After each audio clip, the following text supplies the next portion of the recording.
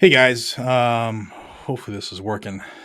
Um, I've had some technical issues here, and just give me a holla. Let me know in the comments. Oop, I gotta mute this. Stand by. I've had some technical issues here, and just give me a holla. Sorry about that. Let me know if you guys can see this. I'm trying to throw this live feed plus me talking on it, and I suck at this game. Loud and clear. Cool. All right. So they're currently the House Judiciary Committee. Excuse me. It's absolutely cold in here. The House Judiciary Committee started this morning at 10 o'clock, debating. Excuse me. I'm just cleaning up my workspace. They were debating this bill, House Resolution 2377, which is the Federal Extreme Risk Protection Order Act of 2021, and they had to go into recess because they had to go vote on some bills that were on the House floor. They will be coming back to this little feed that I have here. This is their feed, unannounced. So I'm going to leave it running. I'm glad it happened this way because I was going to run the whole thing from 10 a.m. and I probably would have driven people nuts. But I will tell you, for those who have been asking, the Democrats love the bill. The Republicans, not so much, but it needs to be voted out of this committee in order to make it to the House floor. So that's what we're watching. I also want this to be available for you to watch because these folks in this committee, if they are your representative, I want you to hold their asses accountable if they vote in favor of this. I can guarantee every Democrat's going to. It's going to come down to the Republicans. And if it comes right down party lines, actually, let me look at the makeup. I'm pretty sure, I believe the House Judiciary Committee is majority Democrat. I just want to double check to see if there's any vacancies. Let me punch that in here. USC.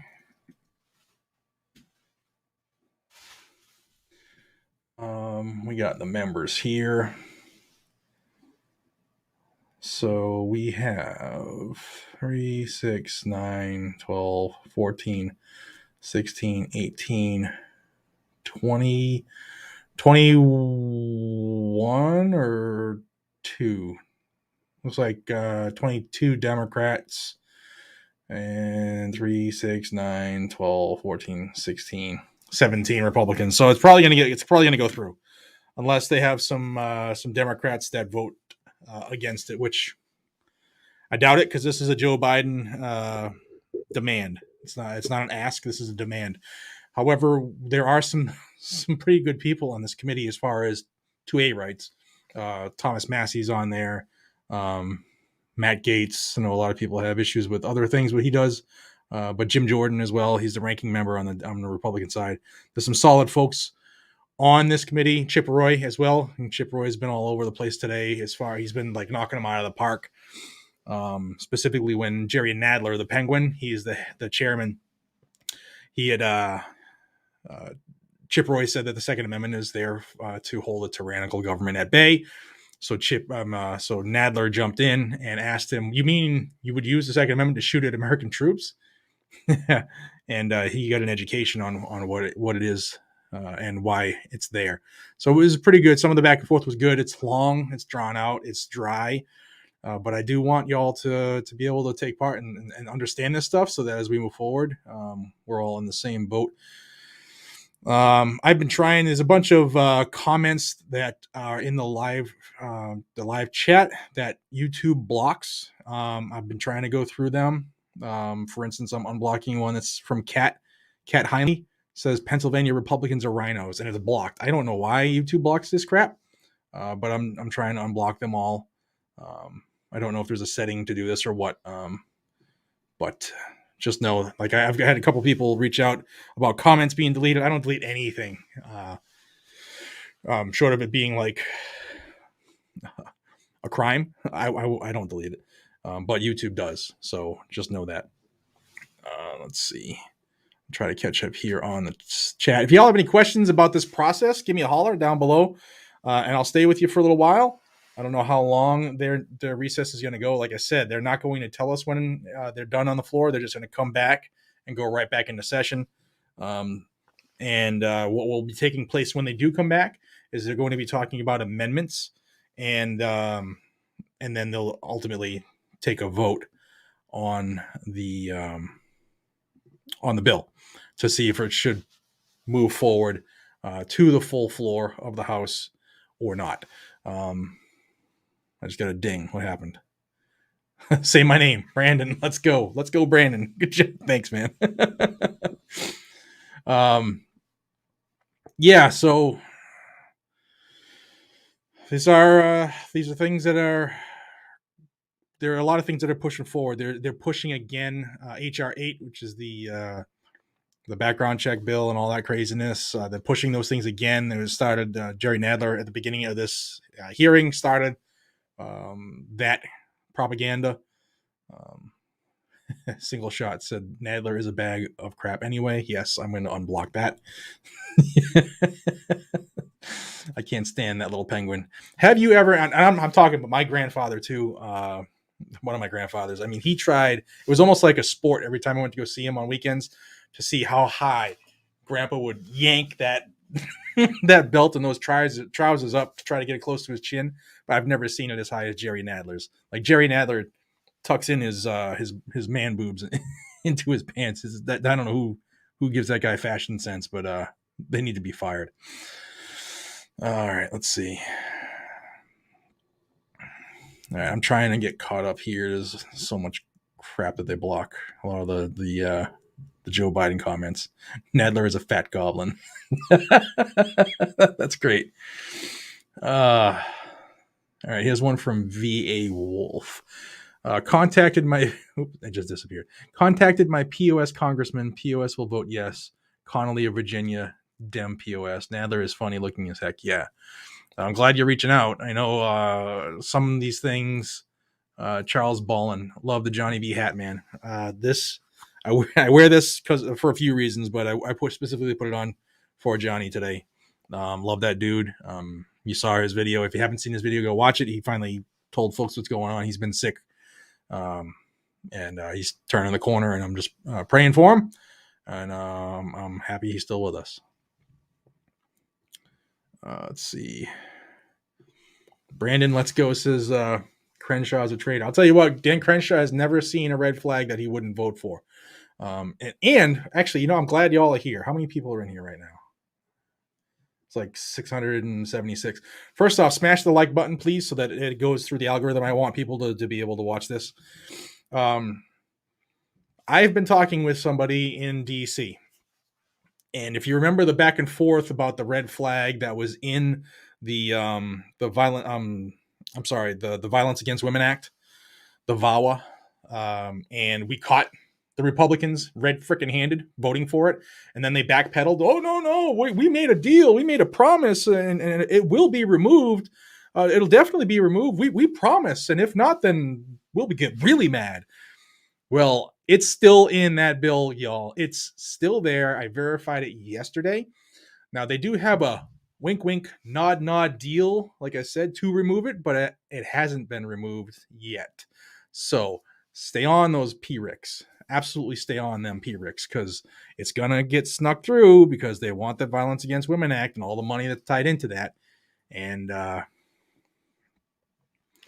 lot of people who were thought to be very pro-gun voted yes for that bill to make it to the Senate, and hoping and praying that the Senate would take out the red flag. And that is not a guarantee. And I said it in my first video, and I've talked to a couple people since then who are like, you know what, Madison, whatever his name is, he was in the back of his car and he put out a video, and I believe him. It's still there. So I need y'all to understand just how these politics are played. Sorry, soapbox. Let's see. I might have missed some stuff.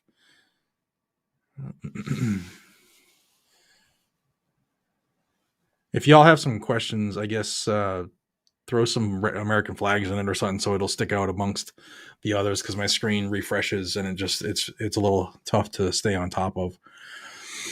Let's see. Johnny Grooms says Dan Crenshaw is an embarrassment to the uniform he wore and the office he holds for supporting red flag law. And I agree. Every time I've addressed something that Crenshaw does that I disagree with, I always start it by saying, I really appreciate his service. I'm thankful. He was a SEAL. Not many people who are on YouTube could do what he has done. Even as a police officer, I couldn't have done what he has done.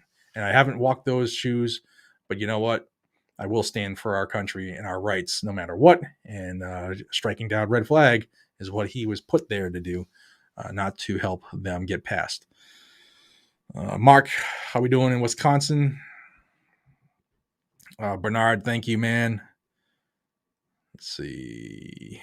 History and horse playing. Hi from West Virginia and Florida. Sounds like a good day.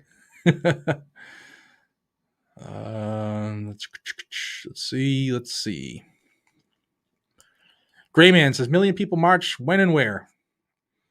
I don't think they work. Call me a skeptic. I don't think they work.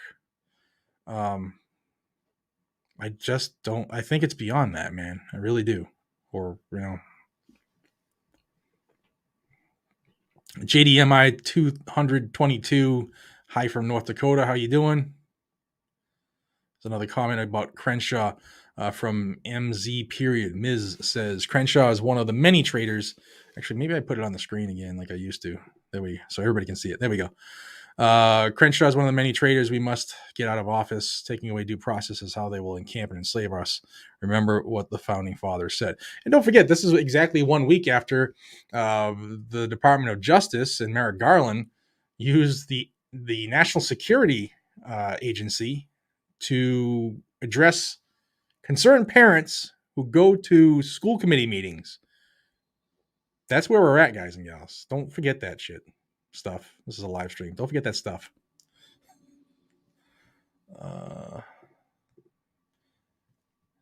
I'm trying. I have to unblock stuff on this stream over here. So if I look away, please don't hold it against me.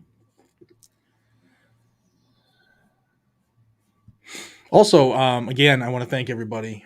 Thank you for being an extremely active audience. What we as a group have done, and I've referred to us today in our video. If you haven't seen it about Kyle Rittenhouse, watch that video because that's about to pop off that trial. But this group, us, I think we're like the new Sons of Liberty, man. We are here to kick ass and take names and take action, and I'm always pleasantly surprised in what happens when we get motivated and focused. So thank you all. Really appreciate it. Daddy Warbucks says, guns don't kill people. Alec Baldwin kills people. Let's go, Brandon. Yeah, what do you guys think about that one? Hollywood is saying that it's the gun's fault. The gun just poof, must have loaded itself with live ammo. Nobody is owning up on this one. The negligence is deep. It runs with many folk, but they're like, man, he should trust who tells him what the gun is. He should just grab it and start squeezing. Morons. Let's see.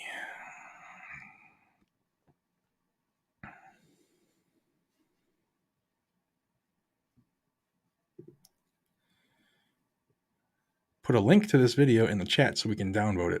You don't like the video? I guess? Well, I can't make them come fast. Oh, come back faster. That's going to be used. I hope, I don't know if you're talking about their feed. Yeah, they don't care about that, dude. Trust me. Mark, when are you moving to God's country, Tennessee? Tennessee or Florida? It's looking more one or the other, but it changes weekly.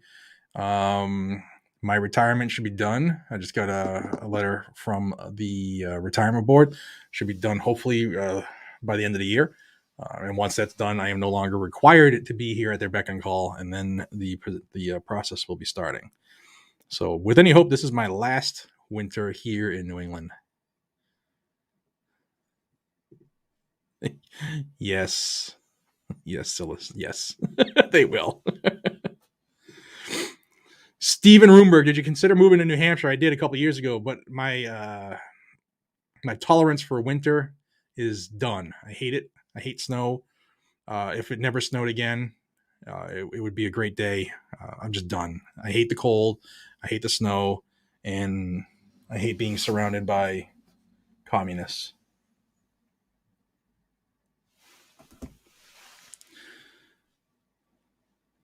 Let's see. Hey, Kurt. Thanks, dude. You don't got to do that. Appreciate you, brother. Commies at it again. 100%.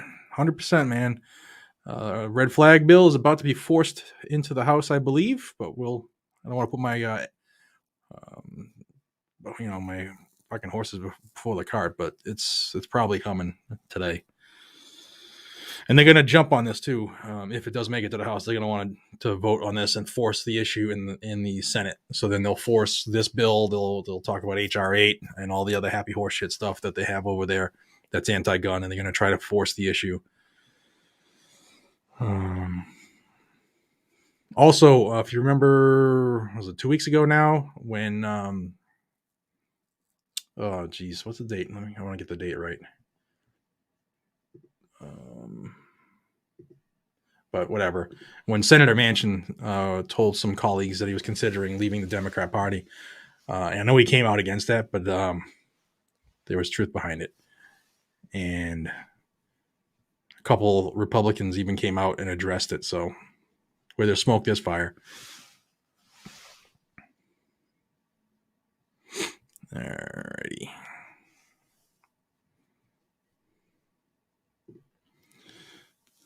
Hello from Montana. Still waiting for snowball fights. Nope, snow sucks. Done. Had it. Last year, if y'all go on the channel, if you watch my Instagram and stuff, last year I took a freaking flamethrower to the snow to melt it. I hate it. I can't stand it anymore. And this is why. Kathy asks, how's my back? My back is as good as it's going to get. Doctors said I'm about 70%. This is about as good as I can get, and that's on a good day. And the cold sucks. Cold hurts it. I'm not running through any walls anymore. But thank you for asking, Kathy. They want to do a second surgery, and I'm trying to avoid that at all costs. All right, here's a good question. Oops, where'd it go? Not to say yours wasn't, but it just moved. Here we go. H864. I addressed that in a video this morning. Check it out.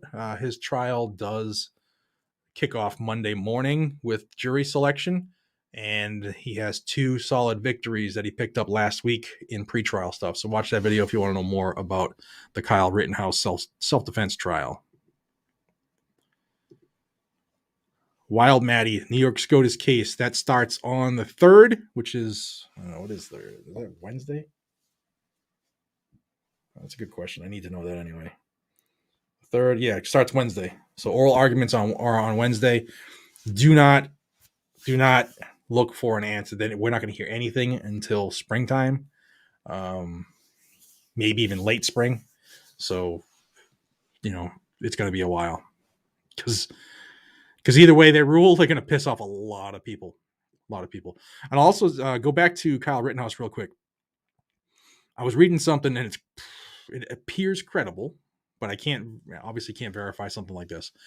But if he is found not guilty by means of self-defense, there are threats that stuff's going to happen. So make sure y'all are taking care of. I know I'm preaching to the choir because our community does that already, but take care of each other. Take care of your families. Be prepared to defend yourself if need be, because just like last time something didn't go their way, they start riots, they start burning, they start looting, they start hitting old people in the back of the head. Just be prepared to protect yourselves and take care of each other, guys and gals. Where is this one? Yep, Danny Harper, free Kyle. Excuse me, y'all. This is jumping everywhere. Yeah, ringing constitutional. I don't. The first one, I mean, it helped, but it did a little more damage. I have permanent nerve damage. So I don't want it again. VA Wolf, thank you. 223. That's awesome. Be proud to be part of the Active Liberty team, and we need you. Glad to have you, because it's ultimately we're the crew that gets stuff done when it comes down to this stuff. Corn pop, balkanization for sure. I agree. I think it's already happening.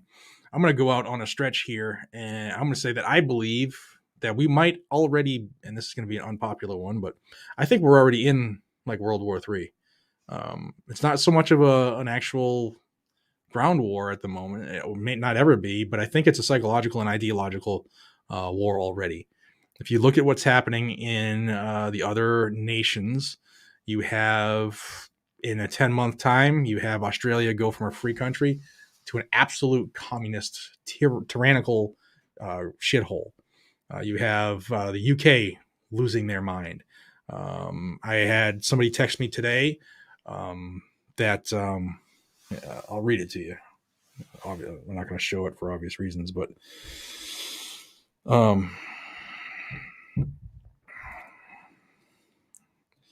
Jamaica just announced that they will go house to house to vaccinate people, which is illegal in Jamaica. And the Dominican Republic announced yesterday that you can't enter a bank to take your own money out if you don't have the jab. So, psychological and ideological war, I believe, is upon us. What do you think? Garage Metal Shop, doing yeoman's work. Thank you, man. Appreciate you. Thank you very much.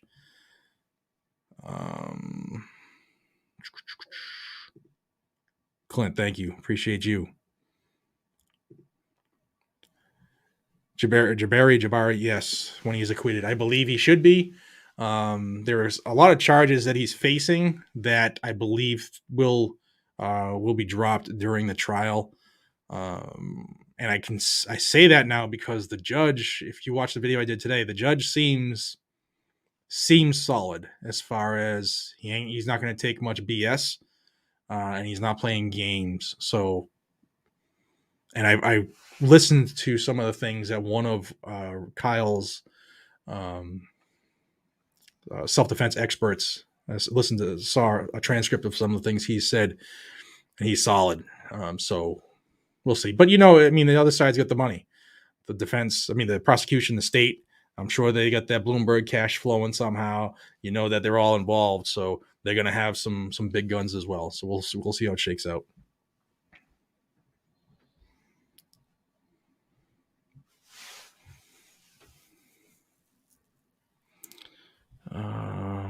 Boom, boom, boom.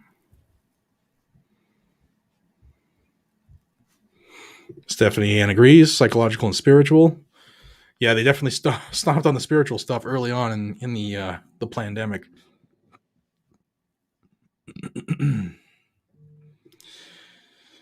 Tech tie. I think the only thing holding it back is a well-armed citizenry. Fire Rider. Sorry, my phone's blowing up here. Put it in my pocket so you won't hear the table vibrate. Here's another one. Chris for Christ, Australia is their model for us. I agree. And they're very upset that it hasn't happened as fast as they wanted. I definitely agree with that. Mark, man, thank you. Look at that. Thank you for your hard work and dedication and keeping us informed of any Second Amendment issues. May God bless you and your family. Thank you very much. I appreciate you. It's very humbling. Thank you, man.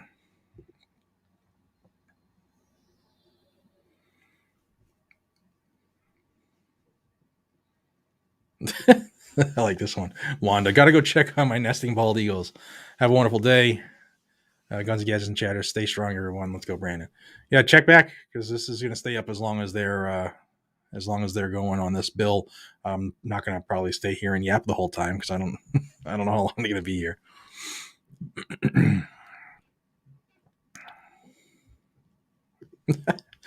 Garage Metal Shop 762 Niet rifle is fine. Let's go, Brandon.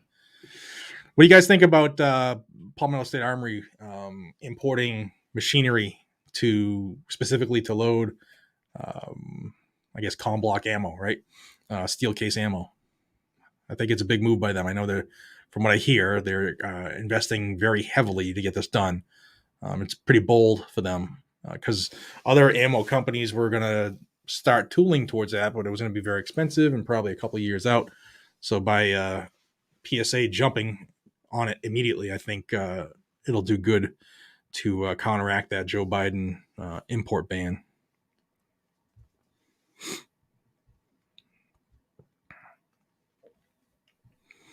Earl Johnson. Whatever happened to impeachment? I believe there are currently 2 articles of impeachment in the House of Representatives for Joe Biden, but they're not going to move on it. It's their guy. They have the numbers. It's not going to happen that way. Sorry, guys. Give me 1 second. It's family.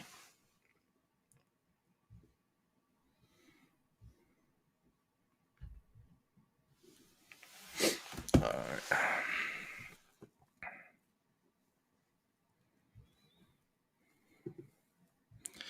Tennessee governor signed a bill to start constructing huge quarantine FEMA camps. If you have that, send that to me, please, because we will make his ass famous.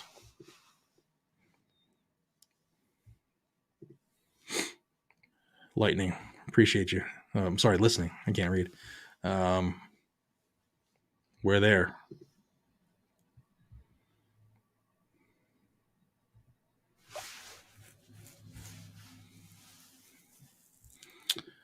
Jalen.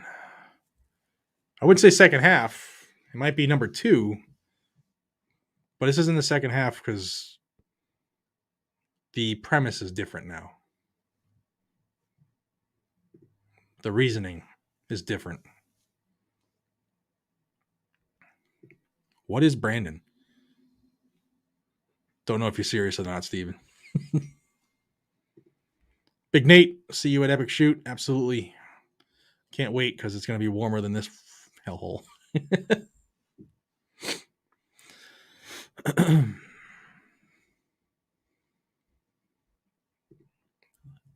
Louisiana's in the house. JTS. We're waiting. There, as you can see on the screen, House Committee on the Judiciary is currently in recess. They started this morning debating the HR 2377, the National Red Flag Bill, and they had to go to the floor to vote on some bills. And when that's done, they will be back. So there's no timetable. They'll just show up, and this will go back to live action. So that's why I'm leaving it running.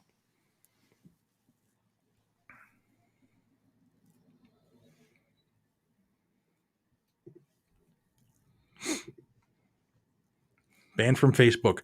I think I just got banned from Getter. Getter was supposed to be like the free platform. They're all jumping up now. Everybody's a free platform. As far as we won't ban anybody, but I think I got bounced, man. I can't log in anymore.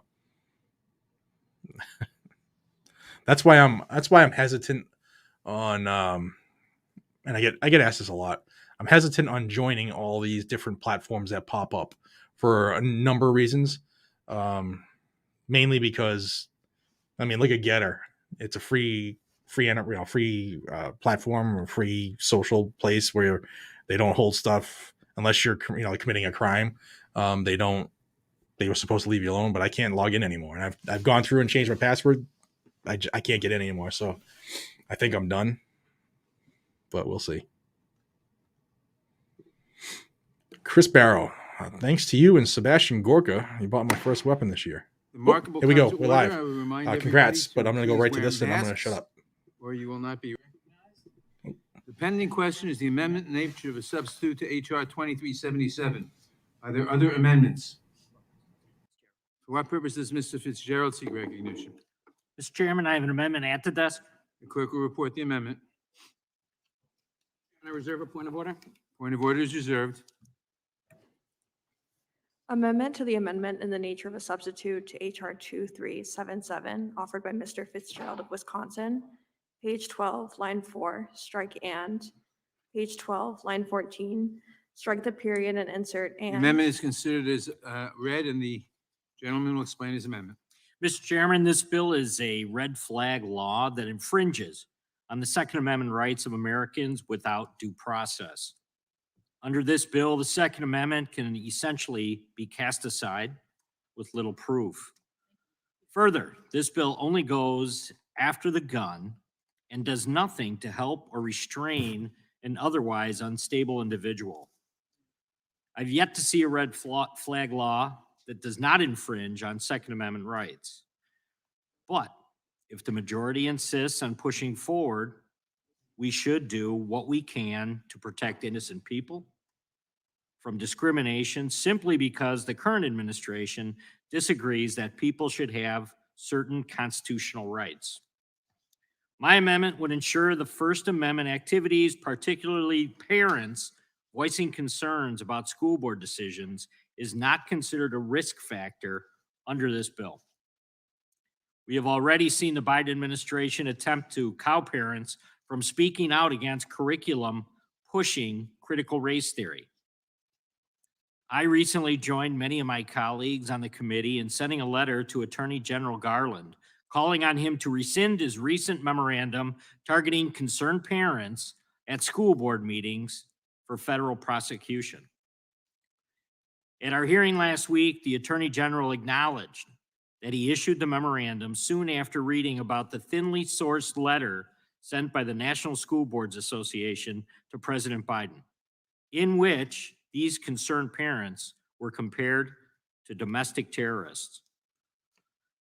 Parents have an undisputed right to direct the upbringing and education of their children, especially as school boards attempt to install controversial curricula.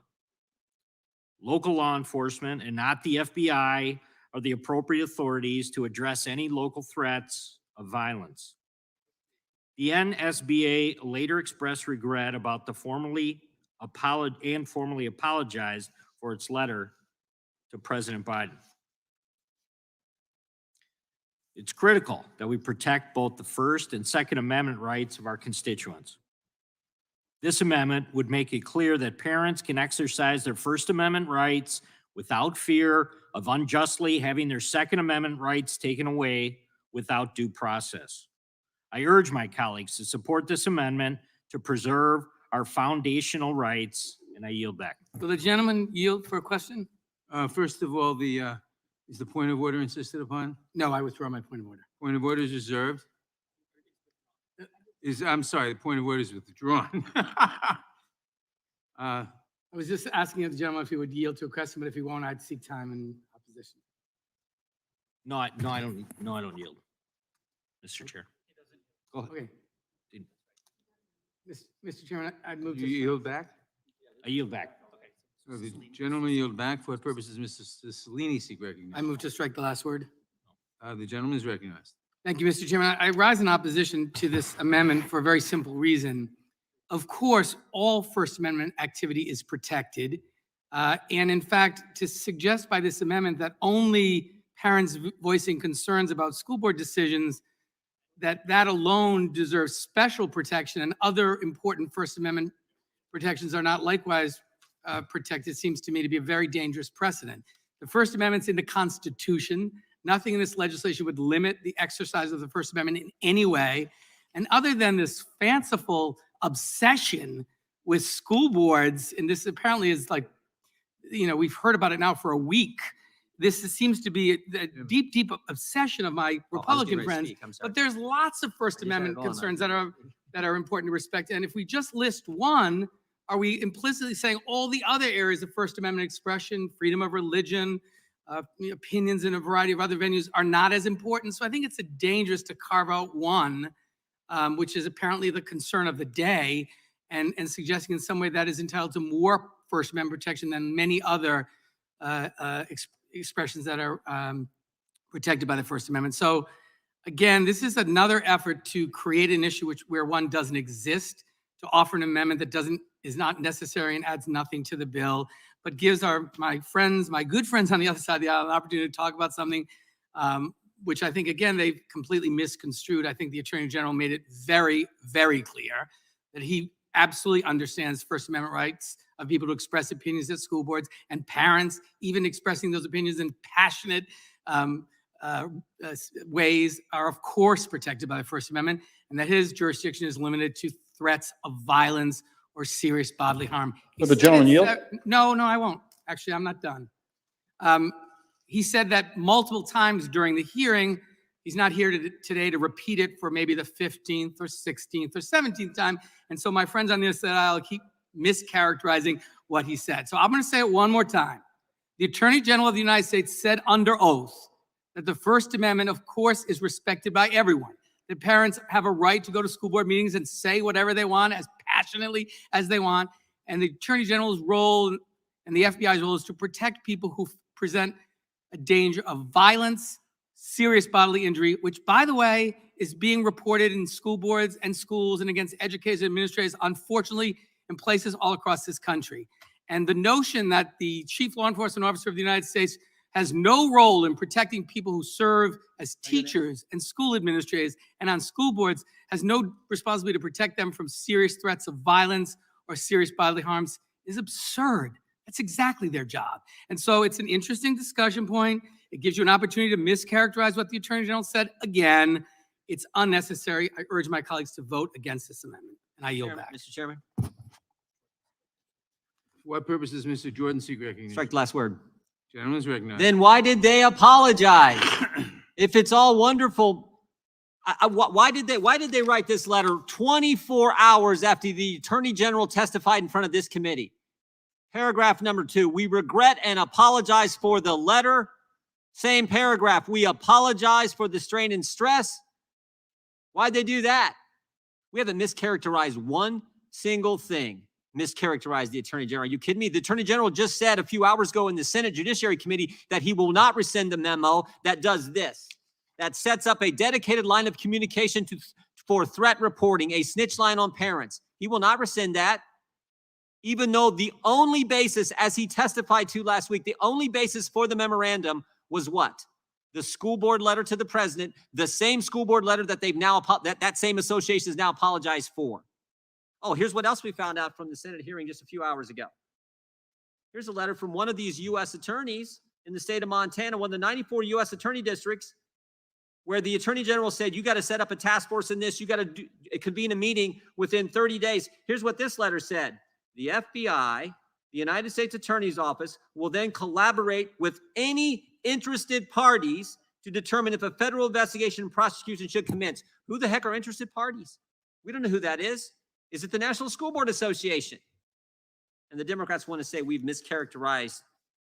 I'll tell you who's mischaracterized it. Last week, Democrats agreed with the National School Board Association. Here's what Mr. Raskin said. He said, the dark impulses giving rise to conspiracy-driven mob violence, not just in state capitals, but also in schools and school boards. That's just not true. Because if it was, I don't think the School Board Association would apologize.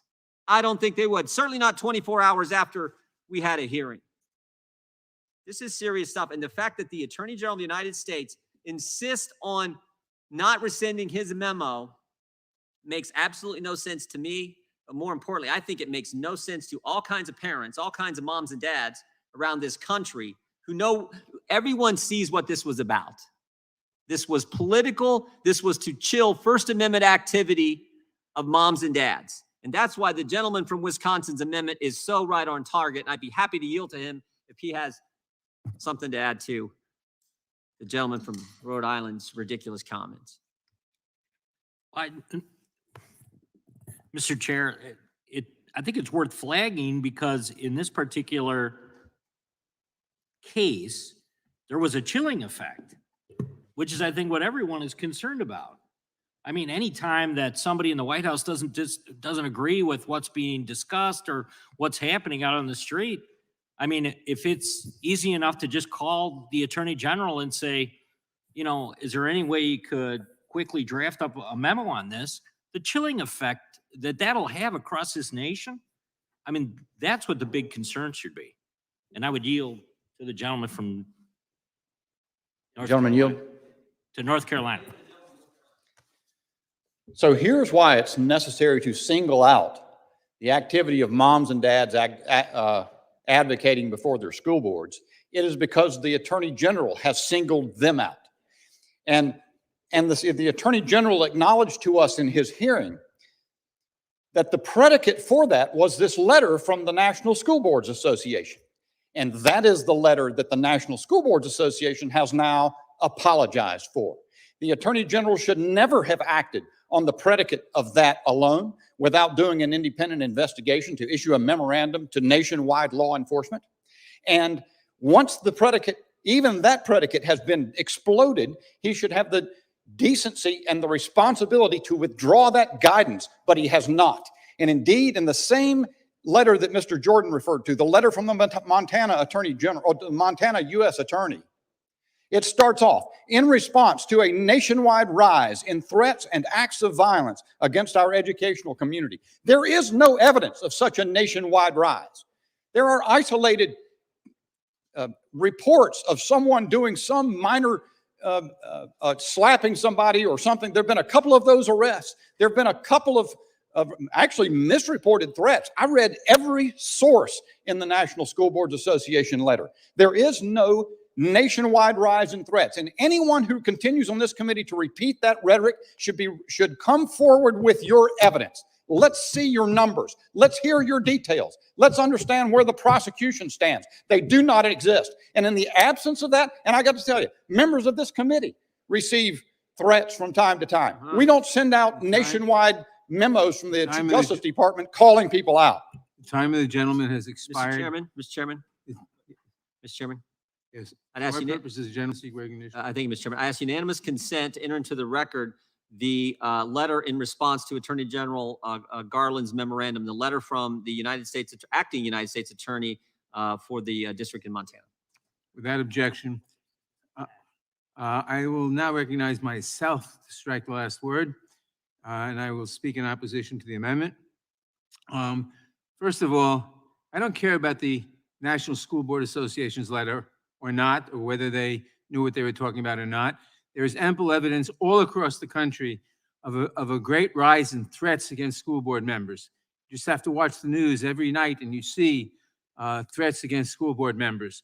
And so it is amply justified for the Attorney General to instruct the FBI or whoever to initiate investigations to protect members of school boards, period. But in any event, this has nothing to do with this bill.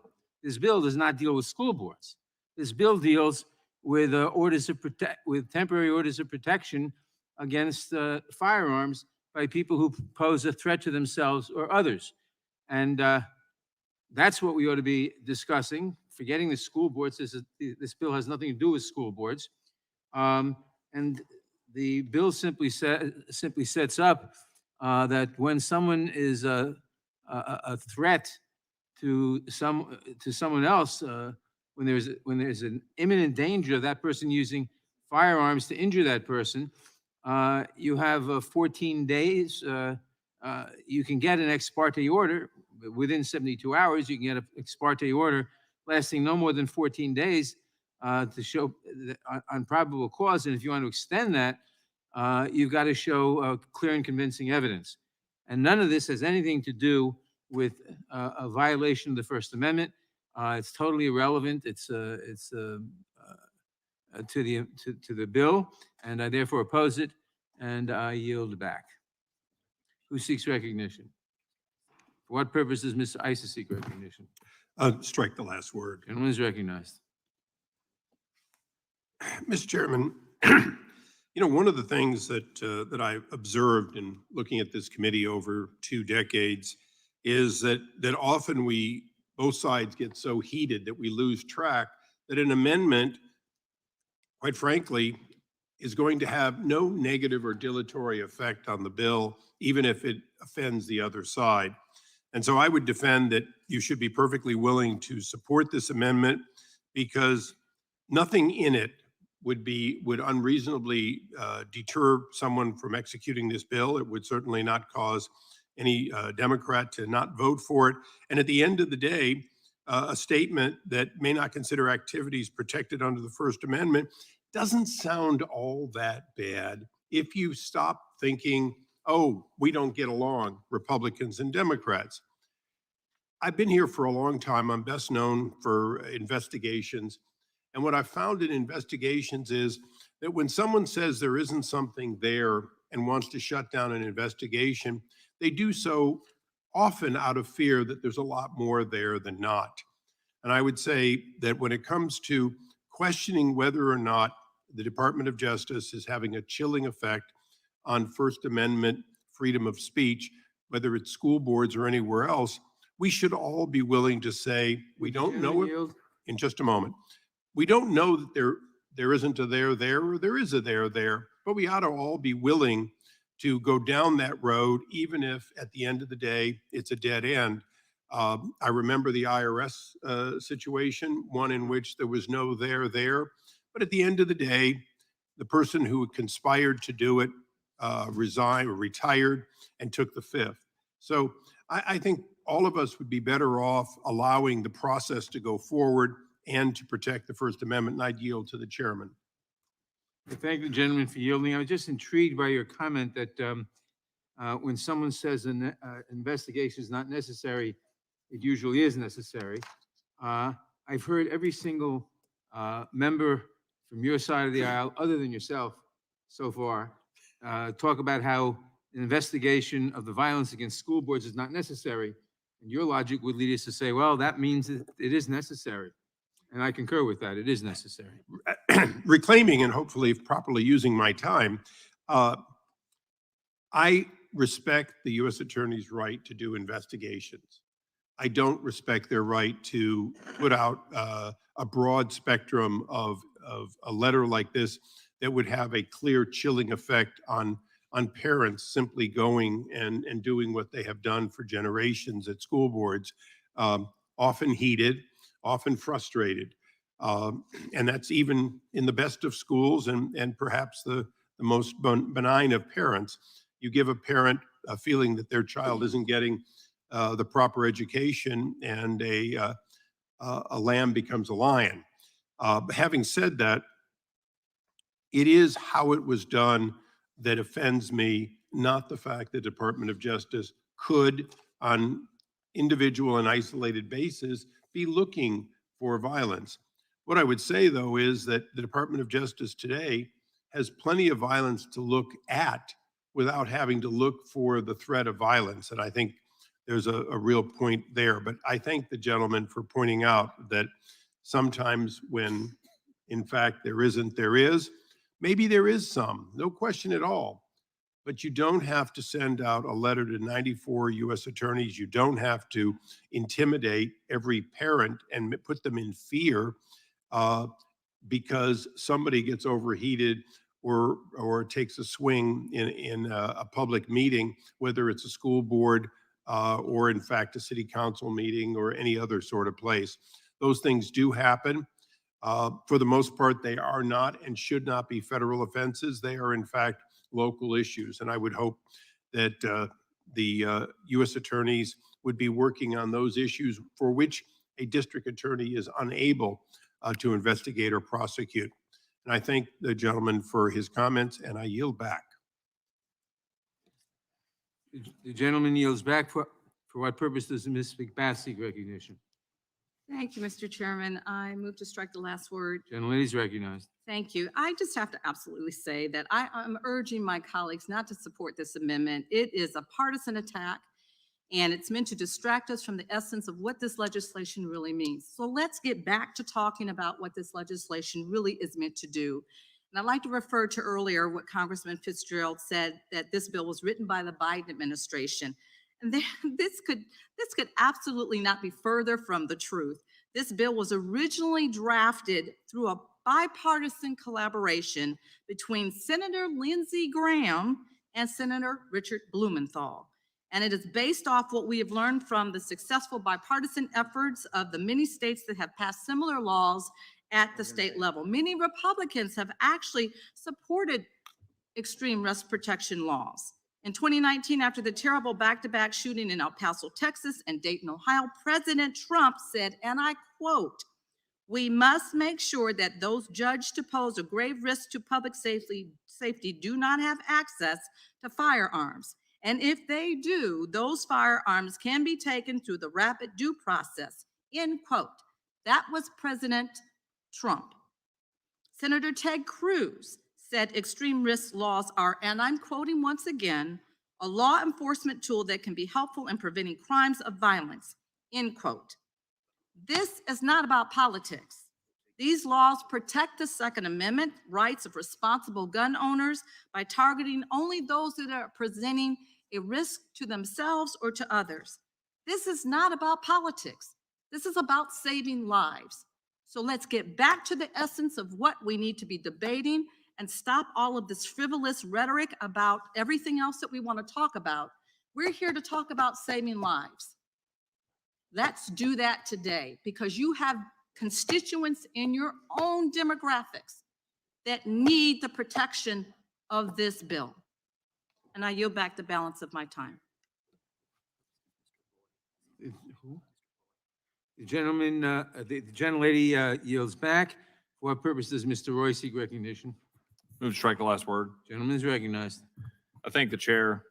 I would note that my colleagues on the other side of the aisle want to dismiss the concerns that we are putting forth about what's happened with respect to targeting school boards. I understand why they want to do that, because they certainly don't want to talk about school boards, because the American people are waking up to the blatant attack on the rights of parents going on currently in schools across the country. There are signs dotting Northern Virginia right now, right? Because there are races going on. There's a sign I drove by this morning. It says, keep parents out of classrooms. Keep parents out of classrooms. That's the story. Mm-hmm. And that's the story that my colleagues on the other side of the aisle do not want to address, because they know full well the American people are absolutely sick and tired of having politicians get in and start teaching their kids that America is evil and go into the classroom and go into the school boards and take over the schools and hide it from parents. But the one upside of this disastrous virus is that the veil has been lifted on a corrupt school system that has been undermining our American children for generations. And my colleagues on the other side of the aisle know it. The campaigns going on in Virginia and New Jersey, the campaigns know it, and they're running away from it, and they're seeing the disaster that has unfolded with the Attorney General of the United States targeting a father defending his little girl who was raped in a bathroom. That's the truth. That's the reality. And we're bringing it up here in the context of a bill, another bill by my colleagues on the other side of the aisle, targeting Americans, targeting our Second Amendment rights and our ability to defend ourselves against tyranny. And then my colleagues say, well, why do we need to talk about that here? Well, you tell me. You tell me whether I should trust the Department of Justice not to go after Scott Smith and to go after Scott Smith and take away any firearms he might have. Yeah, good point. You tell me whether Scott Smith wouldn't be Exhibit A of the kind of citizen in this country who would be targeted by an attorney general that's now got his U.S. Attorney's Office putting out 13 crimes to go after parents and to go after and target people in school boards, when Mr. Smith was bloodied and arrested in a school board meeting for simply going forward and trying to defend his daughter after the very school board in question lied, and covered up a rape of his daughter on May 28th in a bathroom in a high school when she's in the 9th grade in Loudoun County, Virginia. They covered it up, they hid it, and then what happened just a few weeks ago at Broad Run High School, just a few miles down the road, but another young girl was assaulted by the same boy. That's what occurred. But my colleagues on the other side of the aisle don't want to talk about that. What they want to talk about is using the power of government. Using the power of government to walk into people's houses and take away their ability to defend themselves. And they want to hide behind, oh, we're going to provide due process. But don't mind the fact that that due process occurs, supposed due process, fake due process, that occurs after their rights have been stripped away. After the power of government has come into their homes and taken away their firearms. That's the actual truth. I listen to my colleagues on the other side of the aisle talking about, oh, well, we have a right to be free from fear. We have a right to be free from violence. No, there is a duty in the Constitution for us to secure the blessings of liberty. We have a duty in government to protect the citizenry. One way to do that, by the way, is not to defund the police. One way to do that is to actually stand behind law enforcement so that we can have secure communities, as our constituents expect us to do. One way to do that is to ensure that the citizens are in fact able to arm themselves and defend themselves when government abandons them. abandons them just as they are right now on the southern border of the United States, where cartels have operational control of our border, where people are pouring into Texas. Fentanyl is pouring into Texas. Danger on our streets. People dying from fentanyl overdoses. And then we have people dying across this country because we have gangs and violence increasing and murder rates skyrocketing. Why? What would the correlation be? Is it because we need to have some sort of red flag law to go after an American citizen's rights to defend themselves? Or could it be that we've abandoned any concept of what justice should actually look like in this country, where we can actually have security in our streets rather than pulling cops off the streets as they did in Austin, Texas, and we watched the murder rate skyrocket? There is a correlation here. We are talking about rights, and we know full well that the same people that would go after our gun rights would target Scott Smith because he dared to speak up at a school board in Loudoun County, Virginia. I yield back. Gentleman yields back. For what purpose does Ms. Jackson Lee seek recognition? Mr. Chairman, I rise to strike the last word Gentlelady is recognized. and to discuss the Gentlelady underlying is recognized. bill. I thank the chairman very much. I want to thank Congressman McBath again, because really you would, really at this moment, with as much has been thrown at you, give you accolades for your courage. You did not have to lead on this legislation. We've known from the time that you've started on the Judiciary Committee that you have a personal hurt that will never go away. And many times that hurt is kept to that person's self, and they do not put themselves out to do what is right and good for the American people. I'm grateful that you have done that, and I'm grateful that you have spoken about guns. Now, someone might begin to say, oh, don't read the Second Amendment, because as we all know, it has been manipulated and utilized and expanded over the centuries. But I am compelled to read Amendment 2. A well-regulated militia being necessary to the security of the free state, the right of the people to keep and bear arms shall not be infringed. Tied, of course, to the security of a nation. It has become many things to many people. But one thing that Florida and Indiana know, Republican-led states, that red flag laws work. And to associate a rightful letter by the DOJ to ensure the safety and security of parents, school board members, children in the discourse of education, and to tie it into a life-saving tool that has been used by 19 states is ludicrous. I will rush to the aid of that dad who is seeking information. As a parent, I have stood before school boards, not only for my children, but I've stood before it for throngs of children. I have never raised my hand to slap a parent. I've never tried to slap a school board member. I've never tried to struggle with a gun. And it has been some heated meetings, and I'm from Texas. We've had some discussions. When you speak about the children you love, you are passionate. I don't think the Attorney General in any way disregards that passion. Whoever put that sign up, God bless him, I'll take it down. Because I don't know who would stop rightful parents from being in a school board meeting. As far as I know, if a school board allows a public session and opens it up for individuals who signed up to speak, they're the closest thing, even beyond city councils, for that town hall style meeting. My superintendent is out in the community, letting parents speak at schools in off hours. This bill deals with saving lives. It has an ex parte provision. There are requirements, 14 days. And then if you want it longer, 180 days, you have an indicia of criteria that you must present. It is not taken lightly. And next go round, I'll acknowledge that. But I want to add this into the record, Mr. Chairman, and read these words. It is Tips's warning to FBI and Florida shooting suspect. I know he's going to explode, and forgive me for those who have a sensitivity to Parkland. I do, but I'm not from Florida. but allow me to read this. I know he's going to explode.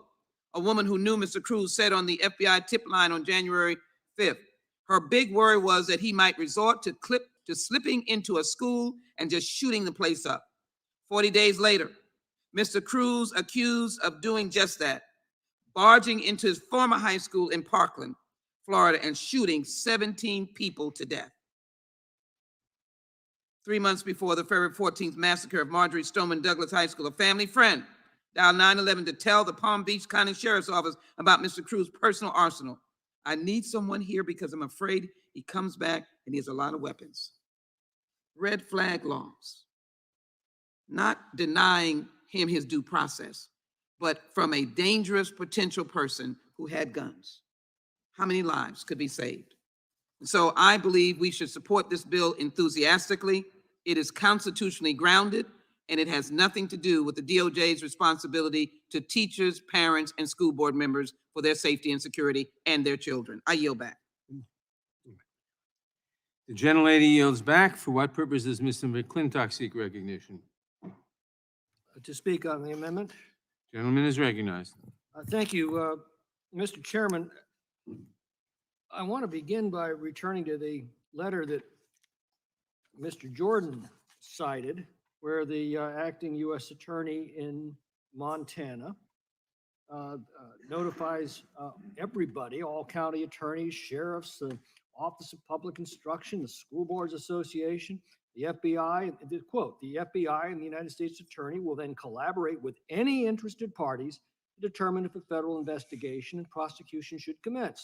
Investigation and prosecution over what? Well, he helpfully lists a number of things: anonymous telecommunications harassment, making repeated calls to your school board member, repeated harassing communication, all grounds for prosecution. And the assurance we hear is, well, if parents attend a school board meeting and don't get out of line, they've got nothing to fear. Well, Professor Jonathan Turley pointed out that's about as reassuring as saying you're going to be followed everywhere you go by a patrol car, but you've got nothing to fear. Are you going to drive more or less under those circumstances? The fear expressed to me by a number of parents is, well, what happens if I attend a school board meeting and some yahoo makes a veiled threat or a fight breaks out on the other side of the room, and suddenly everyone who came to that meeting gets a visit from the FBI? That's chilling. And its obvious purpose is to add enough risk, enough fear to convince enough parents not to assert their right to petition their government for a redress of grievances, one of the most fundamental rights of a free people.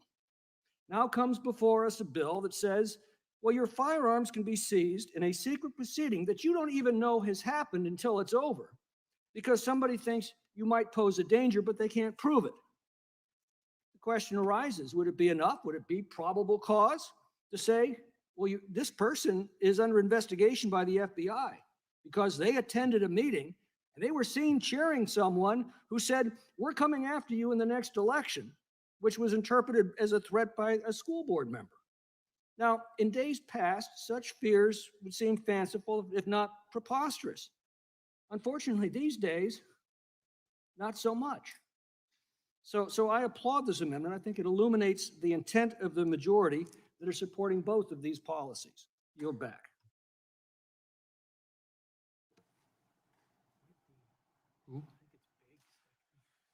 The gentleman yields back. For what purpose does Mr. Big seek recognition? Move strike the last word. Gentleman is recognized. Thank you. I'll yield to my friend from Colorado, Mr. Buck.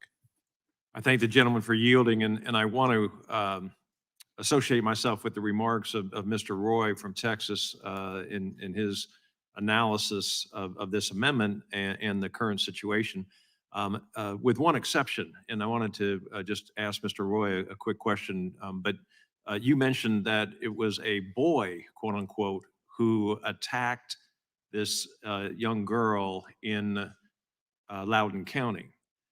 The left uses these phrases and the media uses these phrases in ways that really tend to shift the focus away from their pet projects. But according to the left, when a boy puts a dress on and declares himself a girl, he is a transgender girl. When a boy puts a dress on and commits a crime, then he is a boy, because they don't want to admit that transgender girls, transgender women, shouldn't be in women's shelters. After a woman gets brutally beaten by a man and seeks refuge in a woman's shelter, the last thing she wants to see, in my experience in law enforcement, is another man. And so to make men, to give men access to a woman's shelter because they dress like a woman is something the left is parading around and advocating for. They have to call what happened in Loudoun County a crime by a boy. Can't call it a transgender girl. I was just wondering if my friend from Texas had any thoughts about that. I appreciate the question from the gentleman from Colorado. Obviously, the facts in question that led to the situation where Mr. Smith was dealing with the circumstances in July before the Loudoun County School Board is that school board's obsession with woke politics involving transgenderism, transgender policies, and talking about how important it was for that school to embrace such policies, and therefore creating an environment in which this, I assume, biological boy was able to be in the girls' bathroom when this 9th grade girl was therefore then raped, sodomized in the bathroom of a high school that her parents sent her to be educated. Now, interestingly, it was in Broad Run High School a few weeks ago when the other young girl was assaulted by this, again, I believe, biological boy. And that the defense by the boy, biological boy, was that his skirt got caught on his watch, and therefore in something going on in the bathroom, he then therefore assaulted this girl. The second time. The second time. After he was then let free, of course. After he had been brought forward and charged, was let out. And the school board covered it up. This is the circumstances. This is the environment. This is the reason parents are so frustrated and angry. Which is it? Is this a boy or is this a girl? And then does it matter? And to your point, as a former U.S. attorney and someone who worked in law enforcement, as you did, right? When we're talking about shelters and protecting women, which is it? Is it a girl or is it a boy? And don't these things matter? Don't fundamental truths matter? And I'd yield back to the gentleman from Colorado. And I yield to my friend from Arizona. Thank you. So the chairman mentioned that there's been ample evidence of a rise in threats at the school board level, and rather mystically, like the Attorney General testified just last week, he couldn't produce any. Rather mystically, like the National School Board Association, they couldn't produce any evidence either. And we have been having trouble in my office finding that evidence. Well, so on page 11 of the bill, when you start looking at the factors, and you start coupling the factors that are going to give someone basically a lack of due process, and remove their private property rights and effectively punish them with some ex parte hearing, you add the AG's directive in there, which implies and imputes that parents going to school boards might qualify under line 14, page 11, factors to consider here. And you begin to see why this amendment not only is rational, it is necessary. The removal of one's property rights, the removal of one's given rights before one is given a hearing isn't Time of due the process gentleman has at all. expired. Let me remind everyone, please wear your masks, and if you don't, you will not be recognized to speak. For what purpose does Mr. Massey seek recognition? I move to strike the last word. I don't think you're using your mic. Can you hear me, Mr. Chairman? Yes, now we can. Okay, I'd like to speak in favor of the amendment. Gentleman's recognized. Does the gentleman from Arizona wish to have some more time to finish his last statement? I will wait till you finish your statement, Okay. and then I'll proceed if it's possible. Thank you. Well, here we are debating red flag laws. They're completely redundant because every state has laws to deal with people who are a danger to themselves or others. It's unconstitutional. It turns due process on its head. But I heard something earlier in the debate that I just can't let slide. One of our colleagues from Tennessee said he didn't know of a single instance where a good guy with a gun has stopped a bad guy with a gun. It's literally the only way to stop a bad guy with a gun is a good guy with a gun. So I'm going to inform the gentleman from Tennessee, if he's still in the hearing, of several instances of good guys or women stopping bad guys with the gun. On May 15th this year, an attacker at an apartment complex in Fort Smith, Arkansas, fatally shot a woman and then fired 93 rounds at other people before a man, a good guy, a man killed him with a bolt-action rifle. Police say he likely saved a number of lives in the process. This is a good guy with a gun stopping a bad guy with a gun. On June 30th, a 12-year-old Louisiana boy used a hunting rifle to stop an armed burglar who was threatening his mother's life during a home invasion. Well, that's a good boy with a gun stopping a bad guy with a gun. On July 4th, the Chicago gunman shot into a crowd of people, killing one and wounding two others, before a concealed handgun permit holder shot and wounded the attacker. Police praised him for stepping in. Again, good guy stops bad guy. This is literally the only way to do it. In fact, don't take my word for it. Don't take the media's word for it. In fact, this year alone, over 1,000 reports in the media, who are very reluctant to report these sorts of things, gave stories in the media of good guys who stop bad guys with guns. The U.S. Department of Justice's National Crime Victimization Survey indicates— Would the gentleman yield?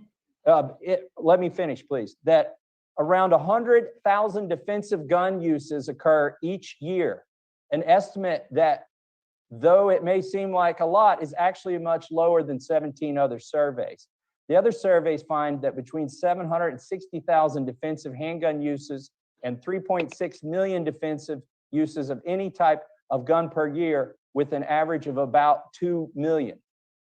This comes from an article that I'm going to ask for unanimous consent to submit to the record, entitled "There Are Far More Defensive Gun Uses Than Murders. Here's Why You Rarely Hear of Them," dated September 22nd, 2021 by John R. Lott Jr.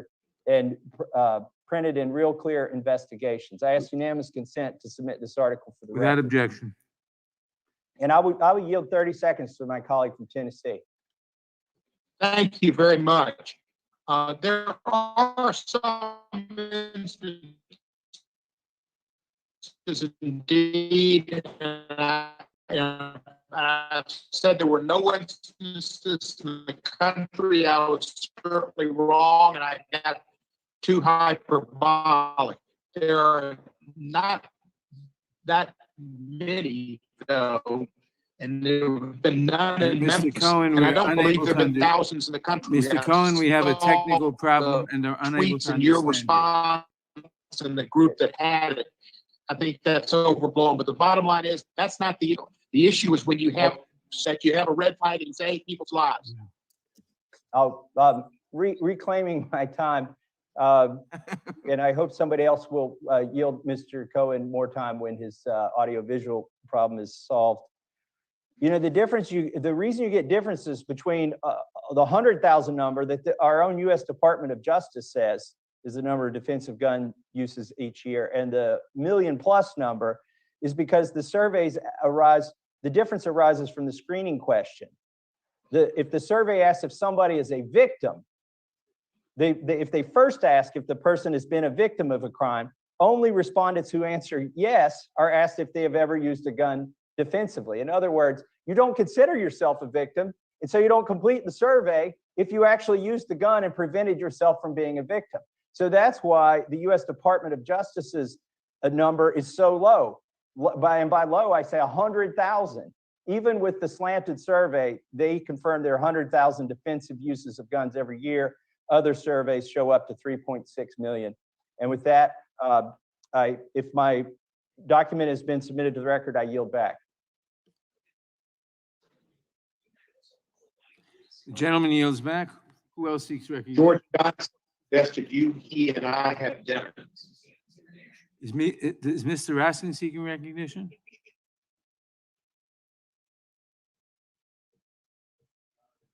You're muted.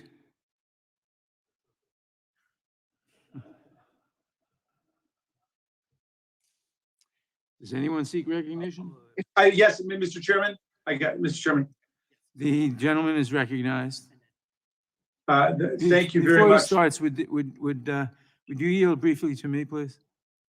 Yes, I yield to the chairman. Happily. Thank you. I just wanted to wonder what Mr. Roy's extensive discussion of transvesticism has to do with this bill. I yield back to Mr. Raskin.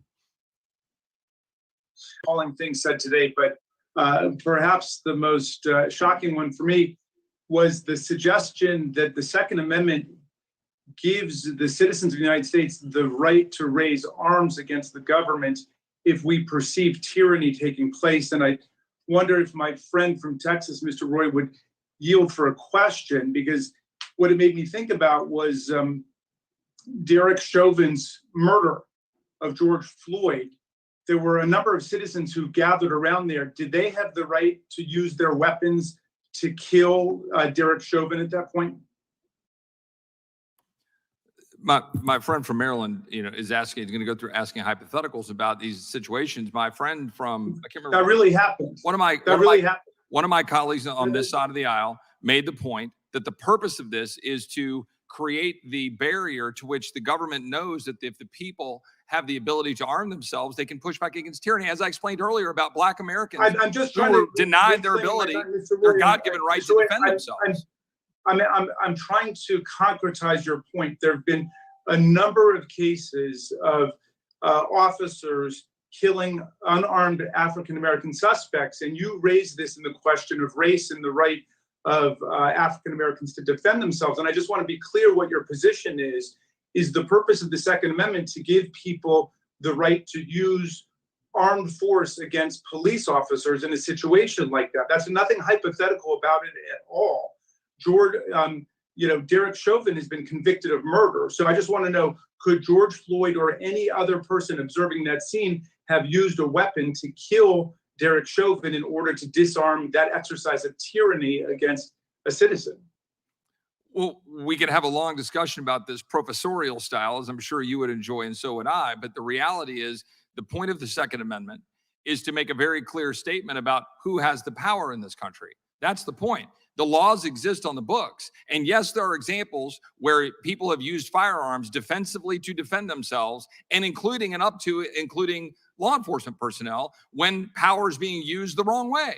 And if there's a law enforcement officer raping a young woman and that woman pulls a gun and kills the law enforcement officer, she should. That's the point. Okay. All right. I just wanted to be clear about that, because you're sending a very tough message to the public about the use of force against officers who may be abusing their authority. The Supreme Court in Would the gentleman yield for a moment? Yes. Mr. Roy answered the question when I asked, does he think that people may use armed force against American troops? And he said yes. He said yes. Well, in defense of tyranny, you can use force against American troops, and everything else would follow. I yield back to the gentleman. That was not what I said. Mr. Roy, I'll yield to you in 1 second, but maybe you'll incorporate an answer to my question. The people who attacked us on January 6th, wounding and injuring more than 140 officers, as you know, breaking people's noses and jaws and vertebrae and arms and so on, and giving people heart attacks. Those people were claiming that they were opposing tyranny. They used exactly the language you did. They said this was 1776. Some of them said it was Civil War Part 2. Do you think that they were justified in taking up arms against the U.S. Congress on that day? I don't accept your characterization, but what I would say to you is to my friend. You don't? Well, which part? No, I don't. The idea that you're saying that the way you characterize the events of January 6th, I don't accept your characterization of that. But what I would suggest. Wait. Well, what part do you not accept? You don't accept that there was violence in the we suffered more than 140 injuries on our police force defending our lives? Of course, I understand that there was violence on January 6th, but what the gentleman from Maryland is suggesting is that somehow that's tied to the existence of a Second Amendment right and the ability of people to No, I'm defend themselves asking as you, they you need to were be able to saying- defend themselves. That's what you're No, trying to characterize and Mr. draw the Royland, link. I'm not That's what playing you're games suggesting. here. No, I'm not suggesting anything. I'm asking you this question, which is you were saying the purpose of the Second Amendment is to allow the people to defend themselves against tyranny. That's precisely the language being used by those who are defending the violent assaults on Congress on January 6th. Were those people justified in Time of the taking up arms gentleman against? has expired. And he can answer. Can he answer that, Mr. Chairman? I'll permit that. The gentleman's time's expired, but in a minute, I'll be happy to continue to address. The gentleman's time has expired. For what purpose does Mr. Tiffany seek recognition? Move to strike the last word, Mr. Chairman. Gentleman is recognized. I'd like to yield time to the gentleman from Colorado. I just want to answer Mr. Raskin's question. No, you may not kill a police officer, ever, period, end of story. Okay, Mr. Raskin? Just want to make sure that is really offensive that you would suggest. Oh, well, wait. No, I didn't ask you. I didn't yield time, Mr. Raskin. You know what the rules are. I didn't yield time. You can get time from one of your colleagues. But we have all watched what's happened in the socialist country that you folks are trying to make this.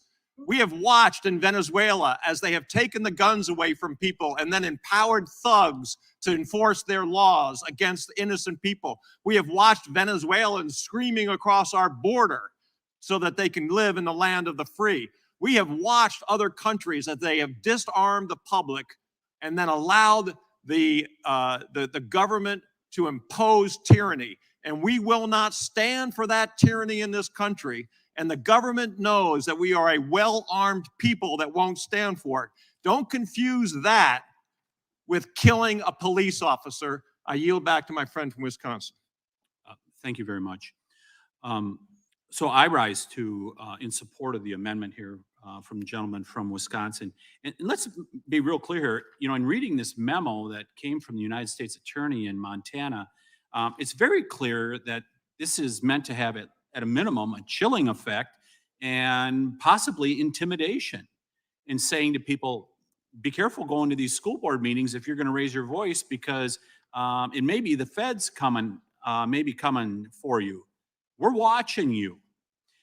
I asked in the hearing last week of the Attorney General, did any states ask for help? He did not answer the question. And we all know what the answer is when people do not, when they do not answer the question. States did not ask for help. This was set up by the Biden administration to send a chilling message to parents. Hey, as the candidate for governor in Virginia has been saying, you parents don't have a role in your schools. The government will take care of how your schools are run. Now, I paraphrase a little bit there, but that's in effect what the Democrat governor for candidate from Virginia said. Hey, you parents, you don't have any role in your schools here. We will take care of it. And parents across the country have gotten the message. But you also think about all the stuff that has happened here over the past 10 months. And I think the culmination of it is the trillions and trillions of dollars that are going to be spent or proposed to be spent in these bills that are being contemplated right now.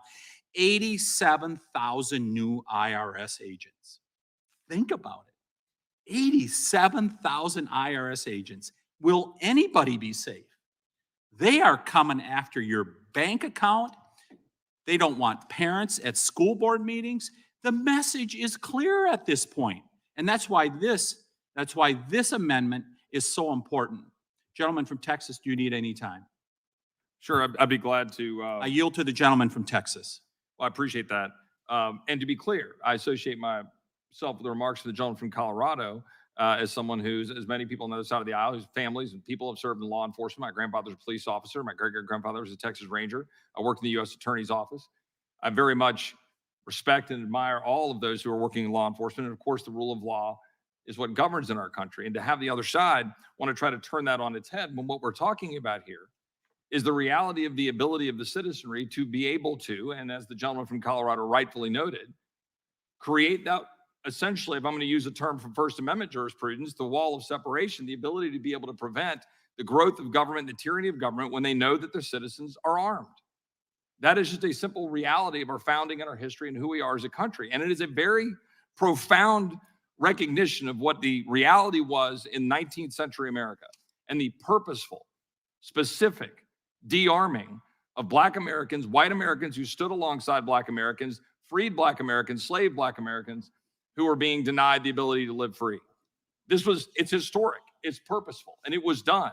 And the whole point here is that an armed citizenry is what holds that line for being able to ensure the government does not grow too powerful. I yield back. Yeah, thank you very much. And I would just close with this, Mr. Chairman. The federal government is getting involved in a place that it doesn't have to. The gentleman from Kentucky has made this point a couple times. We have Chapter 51 in the state of Wisconsin that deals with an involuntary confinement. All states have this, but out of the issues that the states can handle better than the federal government. I yield back. The gentleman yields back. For what purpose does Ms. Garcia seek recognition? Mr. Chairman, I move to strike the last word. Gentlelady is recognized, and you might want to speak closer to your mic. Okay. Sorry, I was in the middle of two mics and I used the one on the right. I should have stayed away from the right. I just want to say that I strenuously am opposed to this amendment, and I want to repeat some of the words or paraphrase some of the words of the author of the bill. I mean, let's get back to focus. This is about red flag laws. The word school board, I don't think is anywhere in this bill. I don't think that we should even be talking about all this. It's just seems to be such a deviation and a waste of time to continue some of this dialogue. But in the interest of making sure that we hear Mr. Raskin's response to some of the comments that were made, I know he was anxious to do so, but was not given time. I yield the remainder of my time to Mr. Raskin.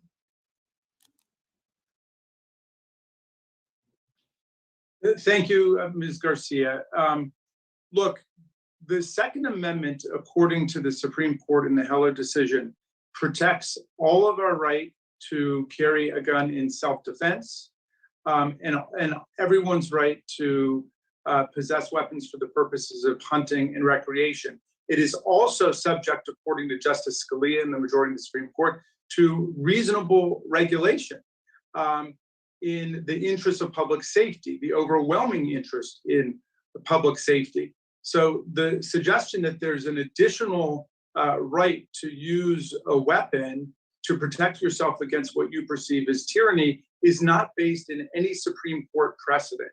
That is not based in anything that has been written by the Supreme Court. And of course, it's precisely what was invoked against us when there were people who came to storm the Capitol of the United States to interrupt our counting of electoral college votes and to wound and injure 140 of our officers, many of whom are still suffering the wounds from that day, both the physical wounds that were inflicted by a rampaging mob, and then also post-traumatic stress syndrome and all of the psychological and emotional effects of that. You want to talk about attacking police officers? That was a bunch of people attacking police officers, spouting all kinds of propaganda and nonsense about a stolen election, mimicking the claims of Donald Trump, despite the fact that more than 60 federal and state courts have rejected every claim of electoral fraud or electoral corruption. So you want to talk about factual relativism and moral relativism, talk about Donald Trump and this movement that he has created to question the federal judiciary, to question the actions of Congress, to question election officials, like Republican election officials, like the Secretary of State of Georgia, Brad Raffensperger, all of whom reject these false claims. And yet now they come in citing their interest in stopping tyranny and 1776 and so on, and wage violence against our officers. So I'm just saying this rhetoric is getting very dangerous. And I'm glad that Mr. Buck intervened to restore some semblance of sanity to the discussion. People do not have a right in the United States of America just to take up arms against the government under the Second Amendment. And that is not what the Supreme Court has said.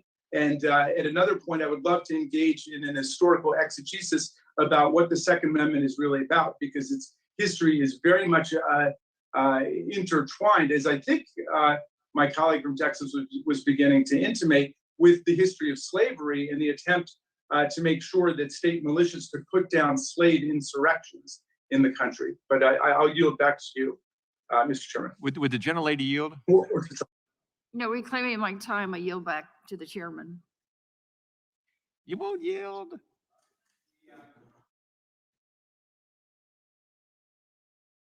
I thank the gentlelady for yielding. I want to simply point out the logic that we heard from Mr. Roy, whether he realized it or not. He said, one of the purposes of the Second Amendment is to enable Americans to defend liberty. And I said, does that mean they can shoot American troops? They can oppose American troops? He in effect said yes. And then when he said, well, if a woman is being raped, she can certainly shoot the police officer. Well, how about someone else shooting the police officer if he believes that the police officer is doing something wrong? That way lies anarchy. And I would also observe that none of this has anything to do with this bill or this amendment. And I yield back. I've got 1 second, I yield back. The gentlelady yields back. For what purpose does Mr.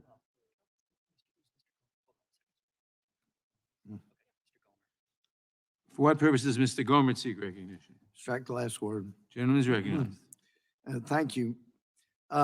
With regard to the comment that Second Amendment was to help put down slave insurrections, what my friend was talking about earlier was actually at the beginning of the National Rifle Association that was created in part to ensure that Black Americans would have the right to keep and bear arms, because there were bigoted, biased people and rules, laws that were trying to prevent African Americans from having guns, and the effort was to make sure that they had them. Most people don't realize that's at the basis, the foundational principles of the NRA. Everybody had the right, including African Americans.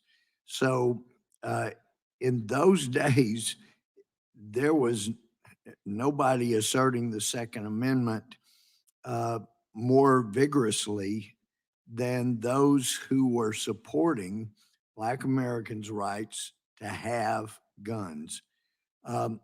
And with regard to the comment again that there was no fraud anywhere in the country, that simply wasn't true. Can I yield to my friend from Arizona to indicate that? Okay. So I thank the gentleman for yielding. So the rhetoric that constantly says that those who considered that there was election problems lost 60 cases. In Arizona, they won multiple cases dealing with this issue.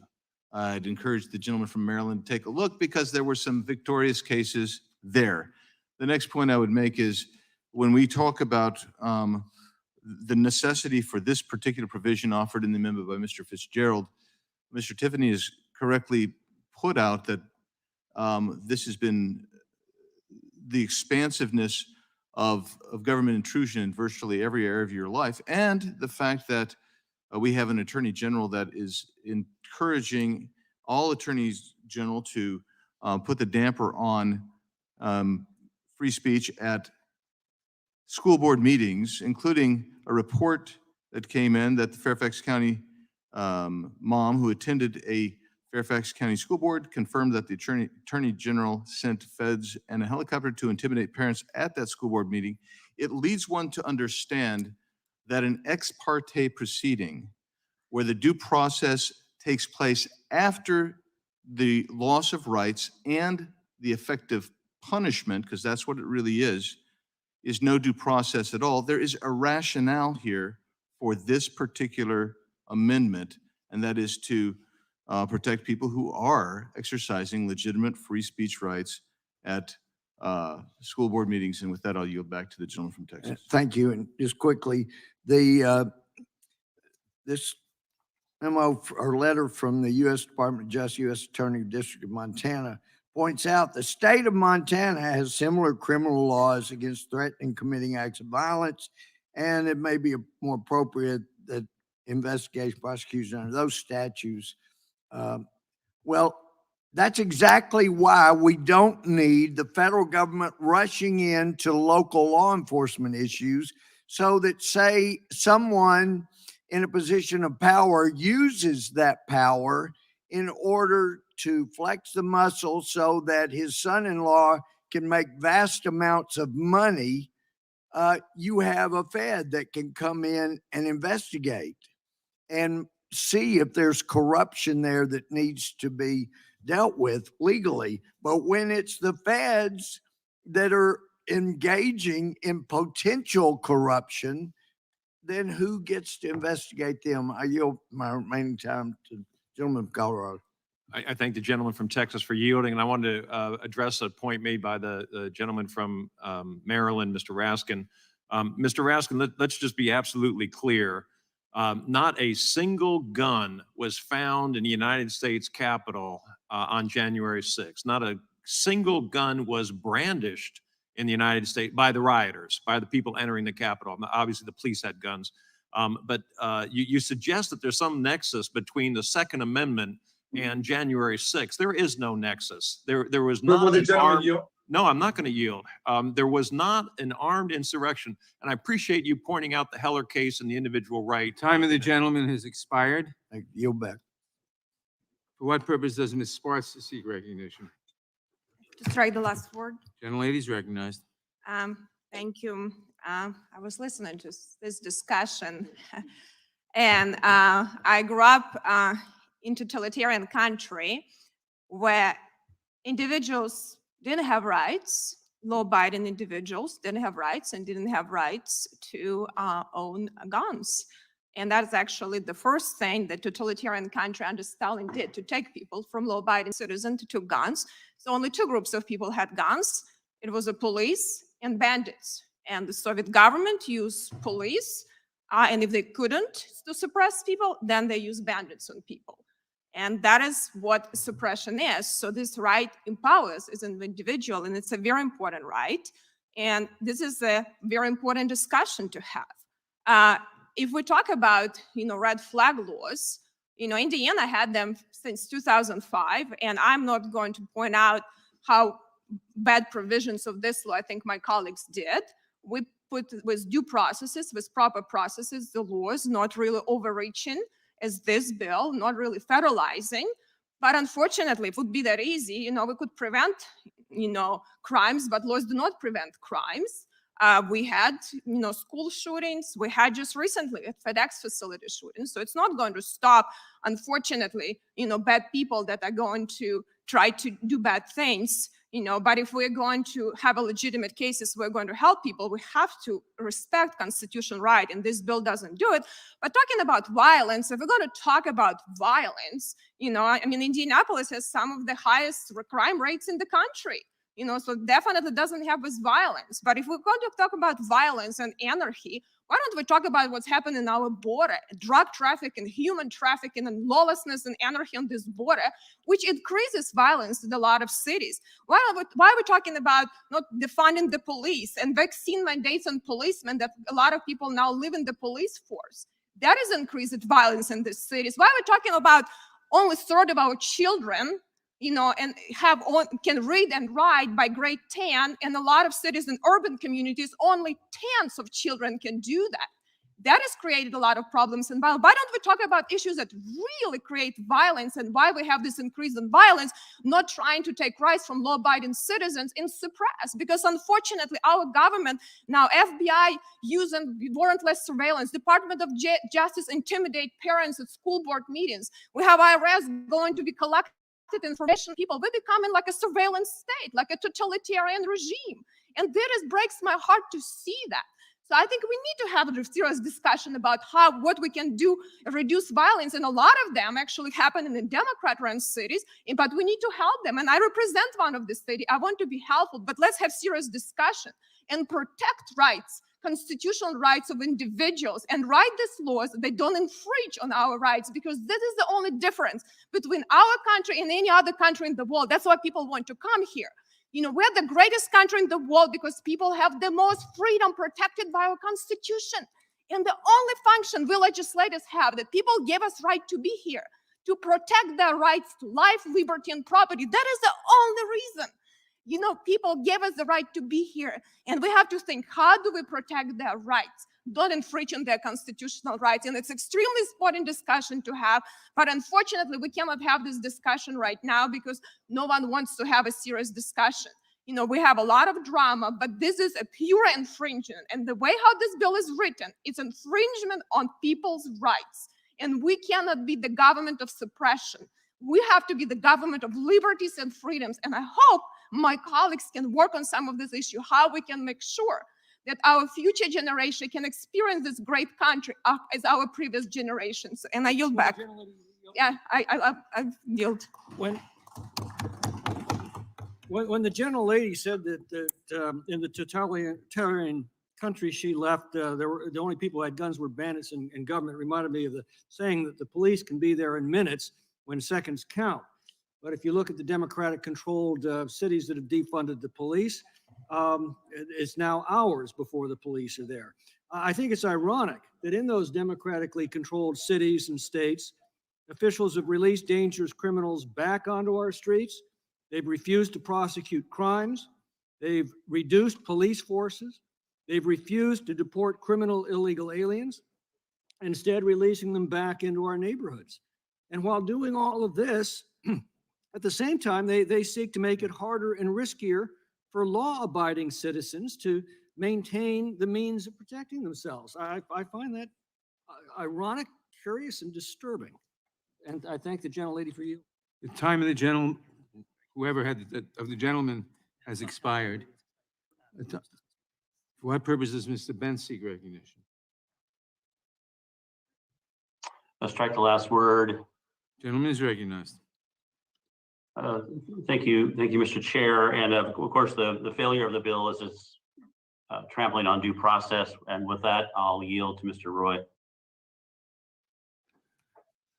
I thank the gentleman for yielding. My name has been invoked a few times here. I would point out that the criticism alleged that that there being any Supreme Court precedent or support of any kind for the premise that people have a right to defend against tyranny, I would just submit the Declaration of Independence itself. That to secure these rights, governments are instituted among men, derive their just powers from the consent of the governed. That whenever any form of government becomes destructive of these ends, it is the right of the people to alter or to abolish it and to institute new government. Now, we could sit here and go on, and I'm sure Professor Raskin would enjoy doing that, and I would enjoy having that conversation, and happy to have that conversation with you over a beer about what that means and what that means in 2021. But what it certainly means is that all power comes from the consent of the governed. And what we're doing here is dangerously upending that in this country. That's the truth. The truth is we're turning our institutions on their head.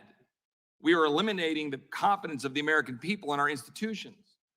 Whether it's Dr. Fauci not wanting to acknowledge what's going on with gain of function, whether it's CDC not wanting to acknowledge natural immunity, whether it's the FDA blocking access to new drugs in Merck and the HHS cutting off access to monoclonal antibodies in Texas, whether it's the Attorney General of the United States targeting parents and focusing on trying to go after parents in school board meetings and refusing to back away from that, even when the National Association of School Boards backs away from their own memo that served as the basis for it.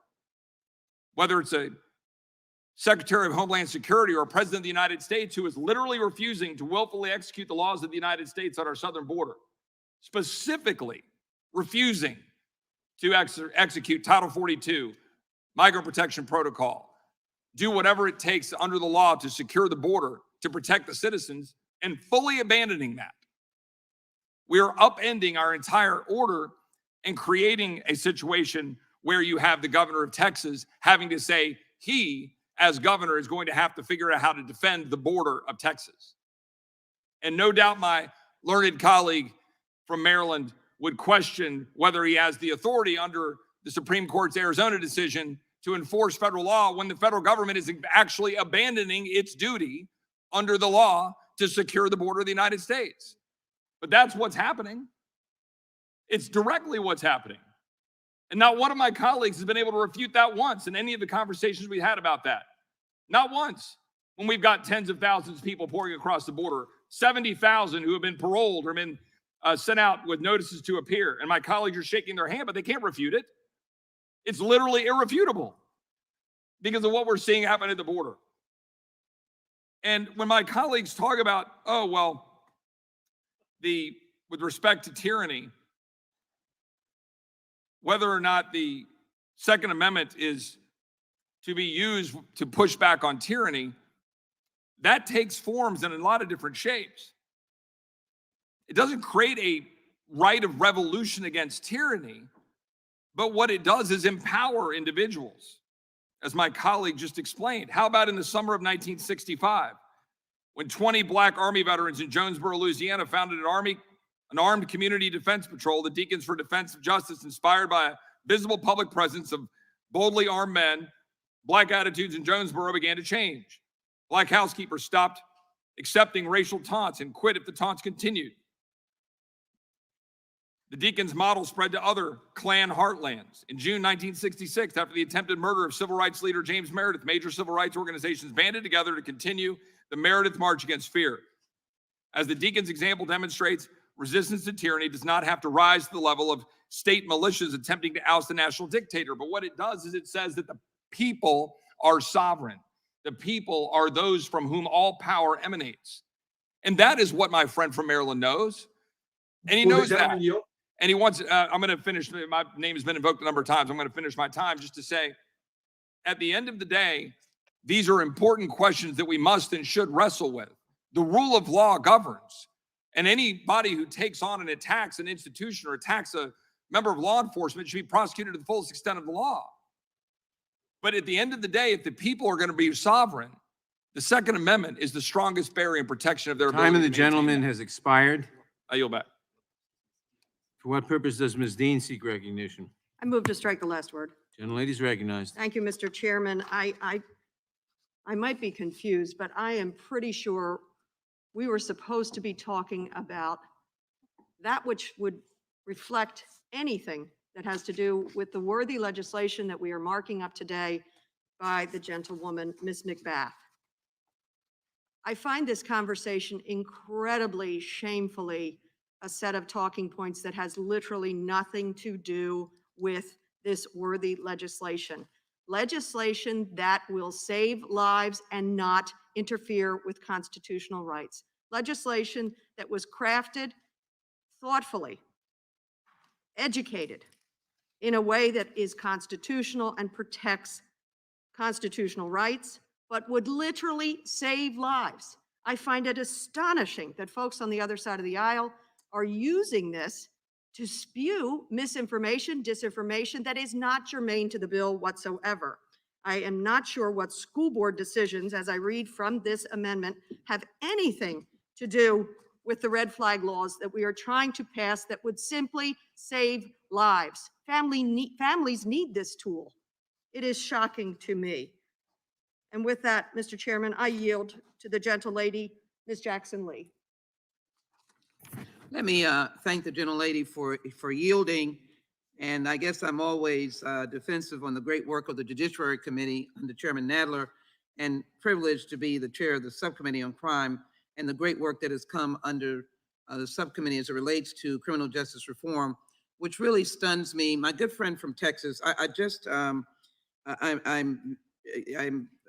certainly stunned by your access to Google facts and the historic facts that you seem to be offering. But let me be very clear and concise. I'm not a professor yet, Professor Raskin, but I do want to distinguish in what I believe your argument was is that what we saw on January 6th was tyranny, distinguishable from First Amendment rights. I don't think any of us have ever stopped the expression of discourse, dissent in this nation. I would surmise that there are a number of us in this room that have been on more than one picket line in our lifetime and expressed dissent. This amendment is by its very existence unnecessary, because the First Amendment is constitutional and all of us are able to adhere to it if it is violated. We are talking about the red flag laws. I'm not sure what the gentleman said. I heard something about Black people, and I'm always wanting to make sure that we're all part of the human family, the beloved community. But I certainly don't want us to be juxtaposed against undermining red flag laws. Because if there are ever individuals that have been victims of gun violence, it ranges in the people of color. And therefore, our families need help as others do. The simple underpinnings of this legislation has nothing to do with the First Amendment. It has really nothing to do with the Second Amendment, because you are constantly using the term sovereign. I know what that means. You are constantly surmising that the nation will rise up against you. And a letter from an attorney general is not the nation rising up against you. It is a simple process to bring order to the process of school board, teachers, family members, and others coming before the board for their children. And the underpinnings of this sovereign terminology is that we're at war with our nation. And that was the premise of January 6th. You were at war. They were at war with the political body, the United States Congress, members of Congress doing their duly elected responsibilities. And in that instance, are you suggesting that they, in their violent dissent, had the right to beat up police officers and put them in hospitals? Because that's what it seems like the argument is. Again, it is a distraction from what we're discussing now, which is to help families, to help human beings, to help Mr. Cruz, the Parkland shooter, who, if we had only exercised those red flag laws that may not have been in place at the time. So I would ask my colleagues to oppose the amendment and to recognize that the underlying bill is simply what it is, to save lives, not a discussion of sovereign Time of the powers, gentlelady has but to save expired. lives. I yield For back. what purpose does I yield Mr. back to the gentlelady for her kindness. Her time expired. For what purpose does Mr. Bishop seek recognition? To strike the last word. Gentleman is recognized. Thank you, Mr. Chairman. I think here at the end, I'm not sure how many more have an opportunity to speak or time to speak left, but I think since the question's been posed so often about how far we've strayed from the purpose of this bill, let me go back to how simple this amendment is. The bill is about when a federal court can strip citizens of their Second Amendment rights, take their firearms from them. And the bill lists several factors that the court may consider. All that this simple 3 1/4 line text addition would do is to say that the court, quote, may not consider activities protected under the First Amendment to the Constitution, including parents voicing concerns about school board decisions. Not exclusively that, including that the court may not consider someone exercising their First Amendment rights as predicate to strip gun rights from them. Now, if that's unnecessary in the minds of some, it certainly is harmless to the bill. And yet the fight has raged. And watch, behold, every Democrat will vote against that expression of protection of the First Amendment rights of the citizens. One member just said it was shameful to talk about this when this is so imperative that we pass this bill stripping Second Amendment rights. It's shameful to talk about. Let me tell you something. The National Association of School Boards found shame after they sent a letter maligning and defaming parents across the country for exercising First Amendment rights. defaming them as domestic terrorists. They understood what shame was when someone took control there, and they apologized. What did the Attorney General do today? He doubled down. What is the majority on this committee doing? Doubling down. Moms and dads across the country, look at this carefully. Watch what is happening, because they're going to vote right now to defeat an amendment that merely says a court will disregard your expressions of your First Amendment rights when it is deciding whether it will take your guns away. With that, I look for any who might want time. Seeing none, I yield back. The gentleman yields back. Mr. Chairman. In that case, the question occurs on the amendment. For what purpose does Ms. Deming seek recognition? Move to strike the last word. Gentlelady is recognized. Mr. Chairman, when my colleagues on the other side of the aisle are explaining that they did not mean that it was okay to kill members of law enforcement or members of the military, I think we have a much greater problem than this legislation. So I'm going to not be tempted to engage in such a ridiculous, meaningless conversation that I'm hearing from the other side of the aisle. I'm going to yield to the gentleman, Mr. Cicilline. I thank the gentlelady Fielding, and I just want to make a very brief point. I think we owe it to the victims of gun violence, people whose families have been just destroyed because someone exhibited dangerous behavior and their family member would be alive today if a red flag law were in place. That's what this legislation is designed to address. We owe them the respect, the victims of gun violence, to debate this bill on the merits. This has been like a Fox News bingo form.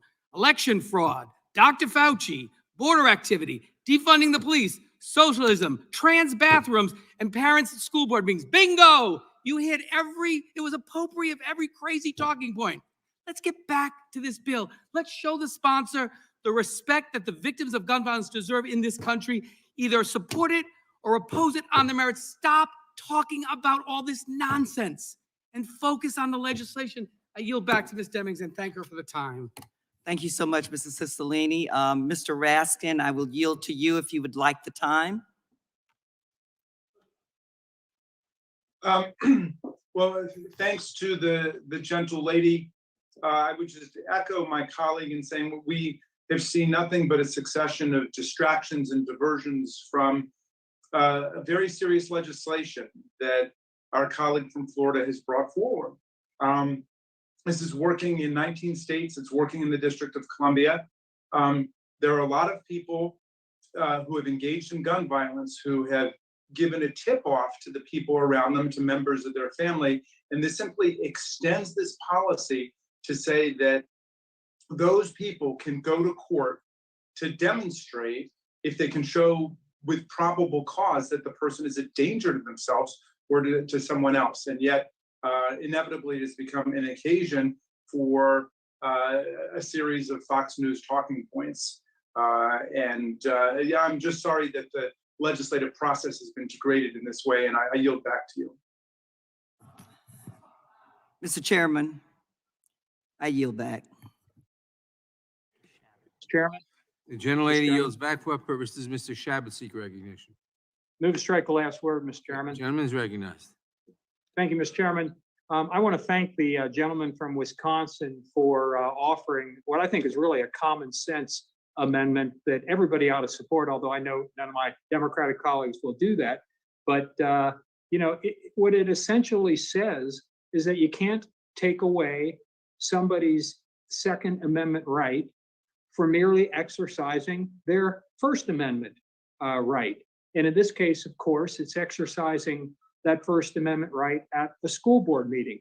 Now, it might seem ludicrous that anybody would try to take away somebody's First Amendment right at a school board meeting, and I would have initially thought that was the case, but we saw just last week that that's exactly what the National School Board Association was trying to do, and the Biden administration was essentially going along with it. And we want parents, as a former school teacher, and I mentioned this last week at the hearing, as a former school teacher, I know from experience that children do best when their parents are involved in their education. So we want those parents involved.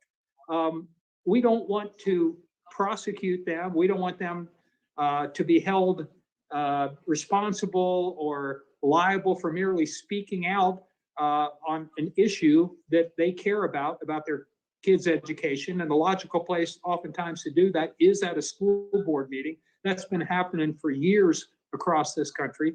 But when you have controversial subjects like critical race theory, and in some cases it's the matter that's in books, some parents care a great deal about that. They have a right, every right, to speak up at those board meetings. They have no right, of course, to be violent.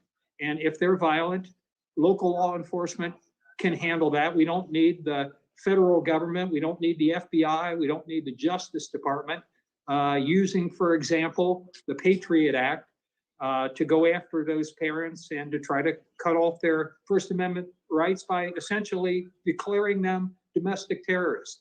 And some of my Democratic colleagues laugh at that, and to some degree, the Attorney General last week denied it. But that's exactly what was happening, and we all know it. So in this case, I think Mr. Fitzgerald is exactly right to make it very clear that you're not going to take away somebody's Second Amendment rights, which to a lot of people are very important. Some not so much, but for most of us, yes, Second Amendment rights, it's in the Constitution, very important. We ought not to jeopardize their Second Amendment rights for merely exercising their First Amendment rights, in this case, at a school board meeting. So I commend the gentleman for offering this amendment. I would urge my colleagues to support it. And I, Gentleman yield, gentleman yield. I'd be happy to yield. I thank the gentleman for yielding. I just want to, I mean, again, we've heard from the Democrats, this is frivolous, it's a distraction, it's a diversion. This goes to the heart of the issue because it's about liberty, it's about basic constitutional rights. I just want to read, I asked earlier to have this entered into the record, but I want to read from the Ohio School Boards Association letter to the National School Boards Association. Second sentence, the Ohio School Board Association will not continue its membership in the National School Boards Association. Next paragraph, OSBA, Ohio School Boards Association, decision to terminate membership and affiliation with the National School Boards Association is a direct result of the letter sent by the NSBA, the national boards, to President Joe Biden late last month. The letter reported to be sent on behalf of state associations and school board members across the nation. Next sentence is important. This assertion could not be further from the truth. In other words, this group here in Washington acted on their own. This assertion could not be further from the truth. The Ohio School Board Association was not notified of the letter, nor were we asked for our thoughts on the matter. If we had been consulted, we would have strongly disagreed with the NSBA's decision to request federal intervention, as well as your claims of domestic terrorism. That's as strong as it gets. This is a group acting on their own for politics, and the Attorney General is going to implement exactly what they said. And all this amendment says is, as the two previous speakers on our side said, if they're willing to go after your First Amendment liberties, now they're going to go after your second. We better be aware of all this. That's all this amendment does. I hope we vote yes. I yield back. Thank you. Reclaiming my time, defending the First Amendment and the Second Amendment of the United States Constitution are not distractions. And I yield back. The gentleman yields back. Is there anyone desiring time? If not, the question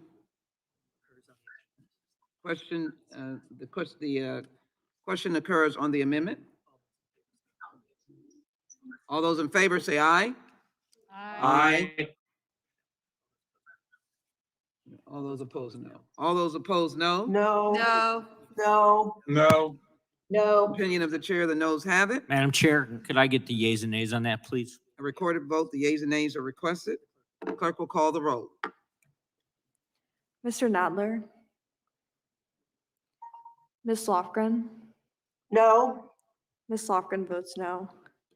Ms. Jackson Lee? No. Ms. Jackson Lee votes no. Mr. Cohen? No. Mr. Cohen votes no. Mr. Johnson of Georgia? No. Mr. Johnson of Georgia votes no. Mr. Deutsch. Ms. Bass.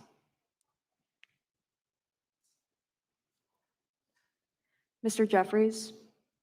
No. Mr. Jeffries votes no. Mr. Cicilline. Mr. Cicilline votes no. Mr. Swalwell. No. Mr. Swalwell votes no. Mr. Liu. Mr. Raskin. No. Mr. Raskin votes no. Ms. Jayapal.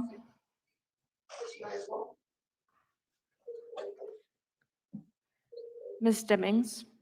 No, Jayapal votes Miss- no. Ms. Jayapal votes no. Ms. Dimmings votes no. Mr. Correa. Correa votes no. Mr. Correa votes no. Ms. Scanlon. No. Ms. Scanlon votes no. Ms. Garcia. No. Ms. Garcia votes no. Mr. Nagus. No. Mr. Nagus votes no. Ms. McBath. No. Ms. McBath votes no. Mr. Stanton. No. Mr. Stanton votes no. Ms. Dean. No. Ms. Dean votes no. Ms. Escobar. No. Ms. Escobar votes no. Mr. Jones. Ms. Ross. Ross votes no. Ms. Ross votes no. Ms. Bush. Bush votes no. Ms. Bush votes no. Mr. Jordan. Yes. Mr. Jordan votes yes. Mr. Shabbat. Aye. Mr. Shabbat votes aye. Mr. Gomert. Aye. Mr. Gomert votes aye. Mr. Isa. Aye. Mr. Isa votes aye. Mr. Buck. Mr. Buck votes aye. Mr. Gates. Mr. Gates votes aye. Mr. Johnson of Louisiana. Mr. Johnson of Louisiana votes aye. Mr. Biggs. Mr. Biggs votes yes. Mr. McClintock. Mr. McClintock votes aye. Mr. Stubbe. Mr. Stubbe votes yes. Mr. Tiffany. Aye. Mr. Tiffany votes aye. Mr. Massey. Massey votes aye. Mr. Massey votes aye. Mr. Roy. Mr. Roy votes aye. Mr. Bishop. Mr. Bishop votes yes. Ms. Fishbach. Ms. Fishbach votes yes. Ms. Sparts. Ms. Sparts votes yes. Mr. Fitzgerald. Aye. Mr. Fitzgerald votes aye. Mr. Benz. Yes. Mr. Benz votes yes. Mr. Owens. Aye. Mr. Owens votes aye. How am I recorded? Mr. Nadler, you are not recorded. No. Mr. Nadler votes no. Oh, this is Mr. Bass. How am I Ms. recorded? Bass? How am I recorded? Ms. Bass, you are not recorded. Bass votes up. No. Ms. Bass votes no. Mr. Jones? Mr. Chairman, how am I recorded? Mr. Jones, you are not recorded. I am a no. Mr. Jones votes no. Anybody else? Is there any other member who wishes to be recorded who hasn't been recorded? The clerk will report.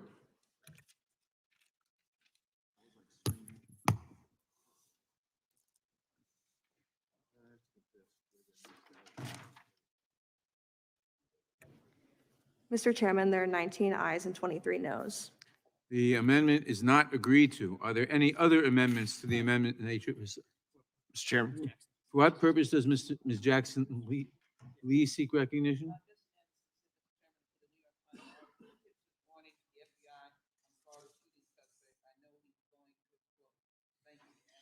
Without objection. For what purpose does Mr. Stubbe seek recognition? I have an amendment at the desk. Clerk will report the amendment. Point of order is reserved. Amendment to the amendment in the nature of a substitute to HR 2377, offered by Mr. Stubbe of Florida, page 18, Without line objection, the 25. amendment is considered as read, and the gentleman is recognized for 5 minutes to explain his amendment. Thank you, Mr. Chairman. My amendment would provide an award of attorney's fees for the defense of false or frivolous petitions. When I was in the legislature in Florida, I opposed the state's red flag bill, but it was passed and signed into law. As a result, my state has seen the many ways these laws fail to achieve their goals and violate the Second Amendment rights. My amendment today addresses just some of these failures. And I've spoken to many attorneys who practice in Florida where this has become a significant issue and a significant cost to those who have wrongly had their firearms taken away. Red flag laws like the one before us lack due process and procedural protections. In the states, there have been rampant violations of Second Amendment rights due to this lack of basic legal protections. In Florida alone, gun owners with similar names have been mixed up and the wrong person has lost their firearms. Gun owners subject to red flag petitions have been given incorrect information about their administrative hearing location. More concerning, quarreling partners and family members have weaponized red flag laws in domestic disputes. On top of that, studies show these laws do little or nothing to reduce violence.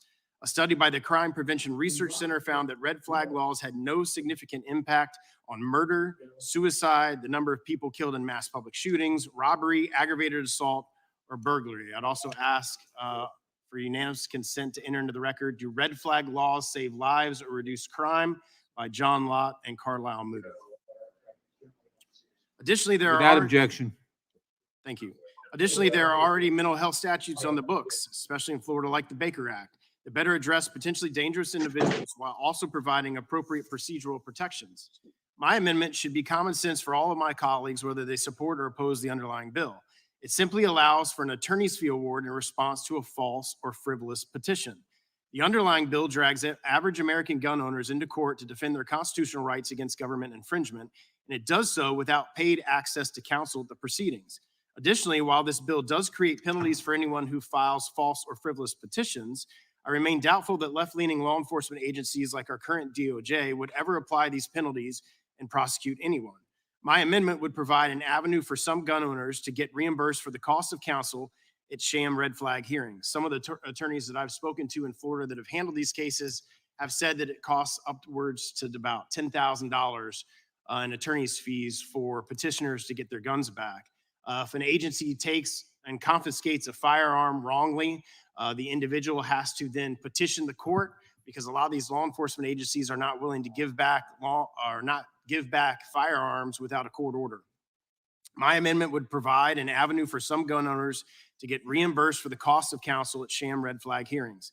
Additionally, my amendment would provide a way for the victims of false and frivolous petitions to sanction those who filed the petition, even if authorities decline to pursue criminal charges. This is not all that different from Rule 11 in federal civil procedure or similar rules under every state civil procedures. It should be non-controversial and common sense. This amendment does not fix all of the problems with the underlying bill, but it helps fix some of the glaring failures with this dangerous and unconstitutional piece of legislation, and that is the amendment, Mr. Chair.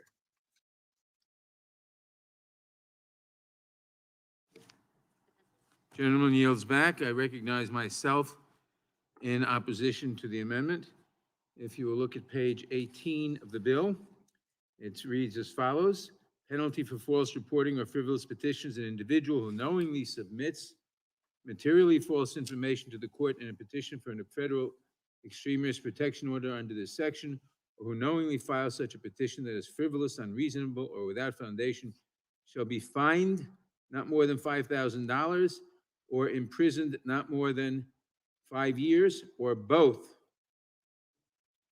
So this amendment is both unnecessary, since there is a very considerable criminal penalty for anyone who does this, and attorney fees. Well, I'll leave it at that. It is unnecessary because to assess reasonable attorney fees. By the way, someone who is sued under this and needs an attorney will have an attorney assigned to them by the court at this point anyway.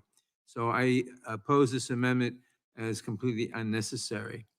I yield back. For what purposes? I withdraw my point of order.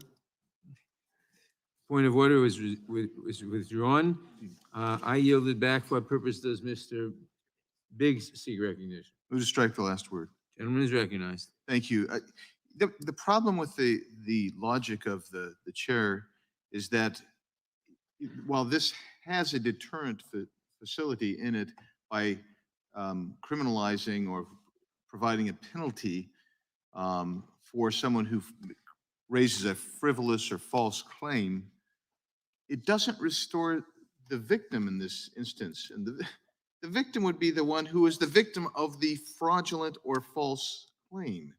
That's why Mr. Stubbe's amendment is so virtuous and so necessary, because it says, all right, if you're going to pass a red flag, how about letting the victim, who has to spend $5,000 or $10,000 or whatever it may be, who knows, who can estimate? They may have to bring in psychiatrists, other legal experts to come in and testify, medical experts. It's going to cost a lot of money. And this would allow them to recover if there is truly a false or fraudulent or frivolous claim. Thus, I support this rather common sense restitution to victim amendment that Mr. Stubbe is offered, and I'll yield time to Mr. Gates of Florida. Yeah, I appreciate the gentleman for yielding. I would suggest that my colleague from Florida could be even more ambitious by suggesting treble fees in damages. If we really want to deter the frivolous claims, this seems like the most modest and reasonable way to do so, tracing Rule 11. And that's why it makes sense and would conform to other laws under this posture. I yield back to the gentleman from Arizona. Thank you. Now yield to the other gentleman from Florida, Mr. Stubbe. Thank you, the gentleman, for yielding. So the way that I can't speak to how other states work, but in response to the chairman's contention that the bill deals with this issue, it absolutely does not deal with this issue. Here is how this plays out in real world, in real life, and has played out in Florida. A law enforcement officer gets a call in a domestic situation from a spouse or an ex-boyfriend or girlfriend or whatever the case may be, and that law enforcement officer makes a decision based on the red flag laws in Florida to confiscate an individual's guns. Later, it's determined that that individual's guns shouldn't have been confiscated. There's actually some instances that I briefly touched on and could give a lot of different examples of people with similar names who have had their guns stolen because the police went to the wrong place because the names were the same. What then has to happen once the firearms are in the possession of the law enforcement agency is the individual has to hire a lawyer to petition the court in that jurisdiction to get an order from the court demanding that the law enforcement agency give back the firearm. If the individual who wrongly had their firearms taken from a sheriff's department goes to that sheriff's department and said, you wrongly took my guns, there was no charges criminally filed against me for a violation of the crime, that law enforcement agency is not going to give those guns back without a court order. So that individual has to then hire a lawyer to petition the court to get a court order to then order that law enforcement agency to return that firearm that was taken without a warrant, without sometimes in this case, without due process, and sometimes without probable cause, because you're asking a law enforcement officer to just make a determination. So what this amendment simply does is says if there's a circumstance that happens like this, is we're going to allow for a reasonable attorney's fees provision for that individual to be able to pay his lawyers to get his firearms back. And this disproportionately affects low income and middle income individuals who don't have $10,000 to be able to spend and pay for a lawyer to get their guns back. So especially in your high crime, low income areas, disproportionately disadvantaging those individuals because they don't have a $2,500 retainer to pay a lawyer to then represent them to petition the court to get an order from that court to get their firearms back. So what happens in those circumstances is those individuals who wrongly had their firearms stolen or taken by law enforcement without a warrant, without due process, then have no financial ability to go back and get their firearms back. This amendment would simply allow that if that circumstance have occurred, and it has occurred in the state of Florida, that individual would have reasonable attorney fees paid for by the agency that wrongly took his firearms, so they don't have to hire an attorney to do that. I yield back to the gentleman. Thank you. Now you to the gentleman from North Carolina, Mr. Bishop. I thank the gentleman, and I suppose it is in order to observe that the circumstances the gentleman from Florida just described would make this bill as proposed systemically racist. It seeks to impose disproportionate burden on those. The time of the gentleman has expired. Who seeks recognition? For what purpose does Mr. Fitzgerald seek recognition? Mr. Chair, I would strike the last word and Gentleman is recognized. yield time to my good friend from North Carolina, Mr. Bishop. Disproportionately burdens those who are least able to bear the burden. And it is telling, isn't it? In the context of this bill, which over the course of all of the other debate, what has recurred as a theme over and over is the degree to which it disregards the interest of the person whom the Constitution vests with a fundamental right. Excuse me, let me make sure I say that right. The Constitution protects an existing fundamental right.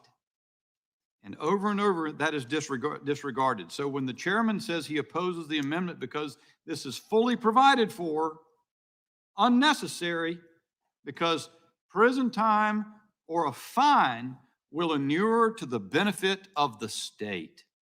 The state is fully protected, but the individual is out of luck again.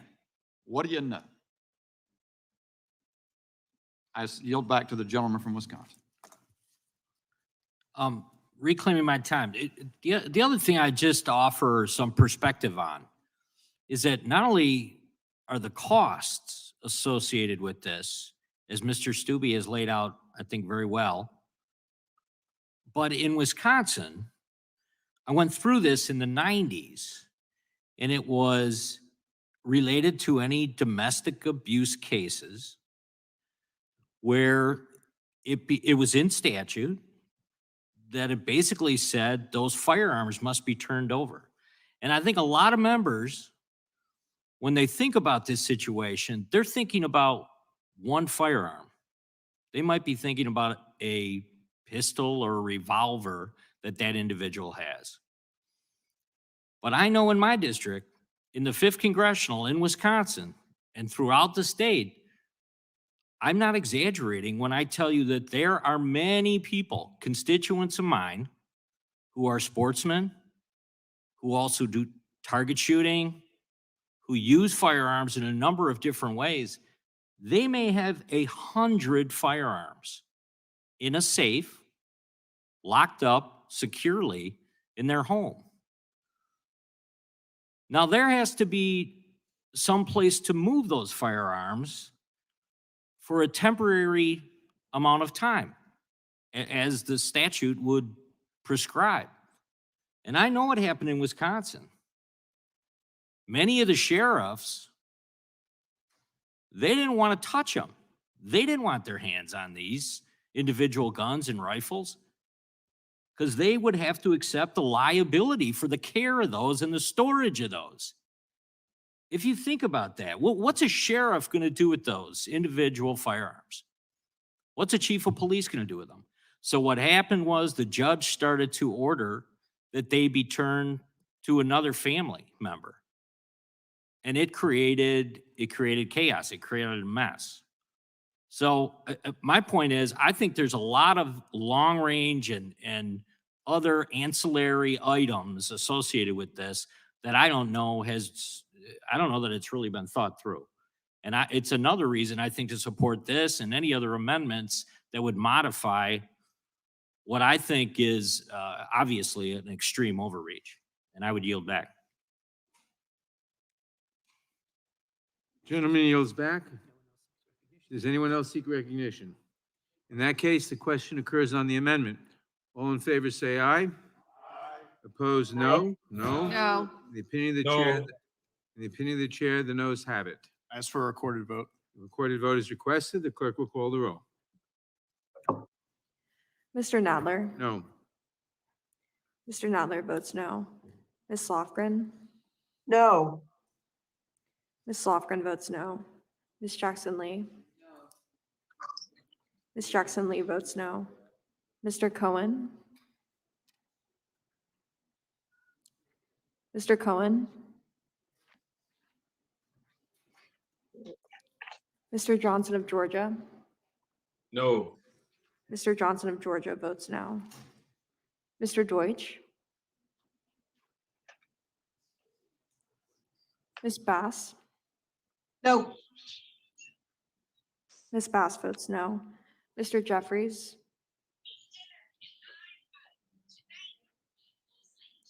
Mr. Cicilline. No. Mr. Cicilline votes no. Mr. Swalwell. No. Mr. Swalwell votes no. Mr. Liu.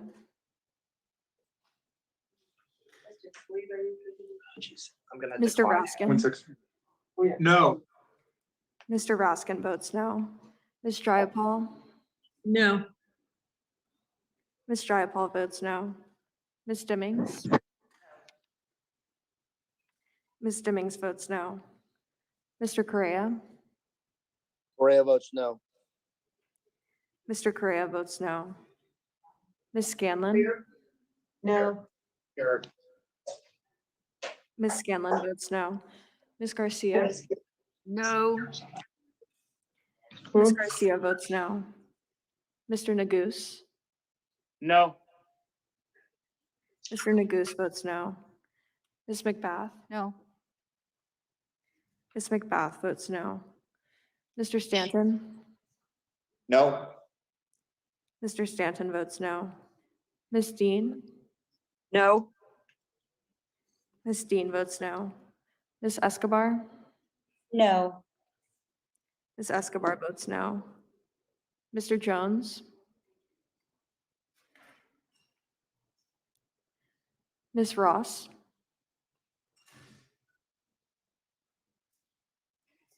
Ms. Bush. No. Ms. Bush votes no. Mr. Jordan. Mr. Jordan votes yes. Mr. Shabbat. Aye. Mr. Shabbat votes aye. Mr. Gomert. Mr. Gomert.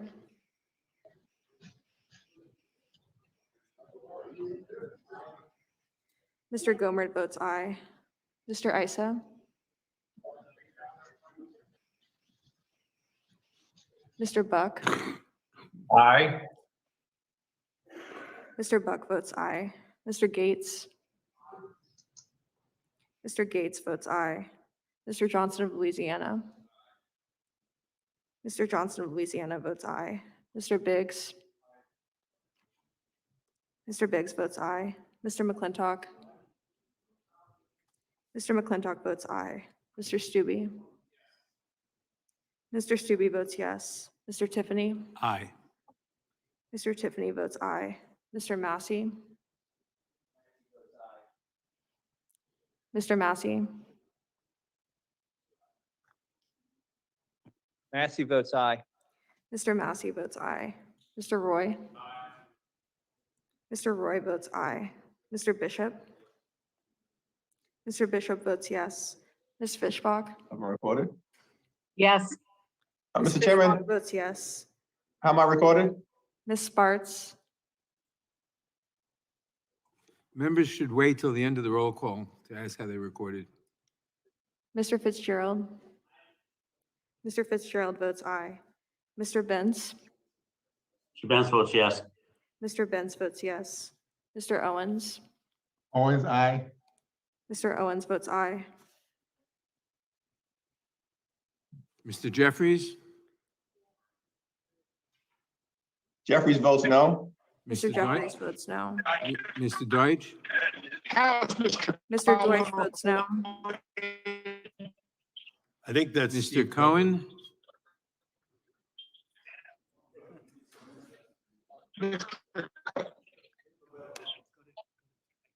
Mr. Isa? Mr. Chairman, how am I recorded? I want to vote, this is on the amendment, I vote no.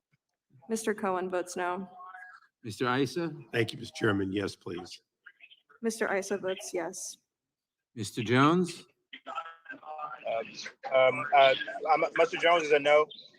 Mr. Jones votes no.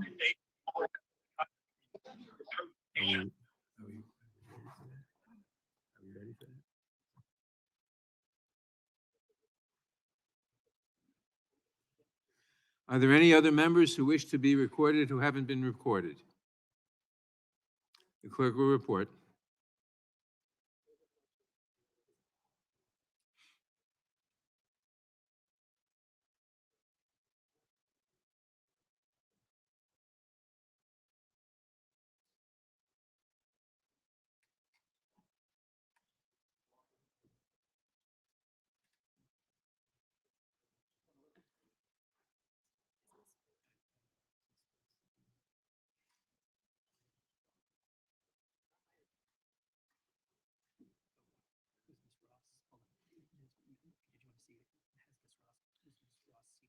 Does Ms. Ross seek recognition to be recorded? Yes. Mr. Chairman, how am I recorded? Ms. Ross, you are not recorded. Ross votes no. Ms. Ross votes no.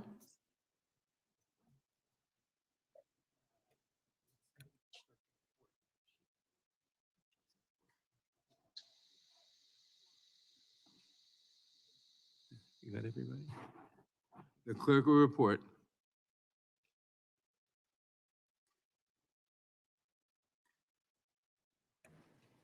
Mr. Chairman, there are 18 ayes and 24 noes. The amendment is not agreed to. Are there any other amendments to the amendment in the nature of a substitute? For what purpose does Mr. Massey seek recognition? Mr. Chairman, I have an amendment at the I desk. reserve a point of order, The Mr. clerk Chairman. will report the amendment, and the clerk, point of order is reserved. Amendment to the amendment in the nature of a substitute to HR 2377, offered by Mr. Massey of Kentucky, page 24, line Without 6. objection, the amendment is considered as read, and the gentleman is recognized for 5 minutes to explain his amendment. Thank you, Mr. Chairman. This is a very simple amendment. It's just common sense, I believe.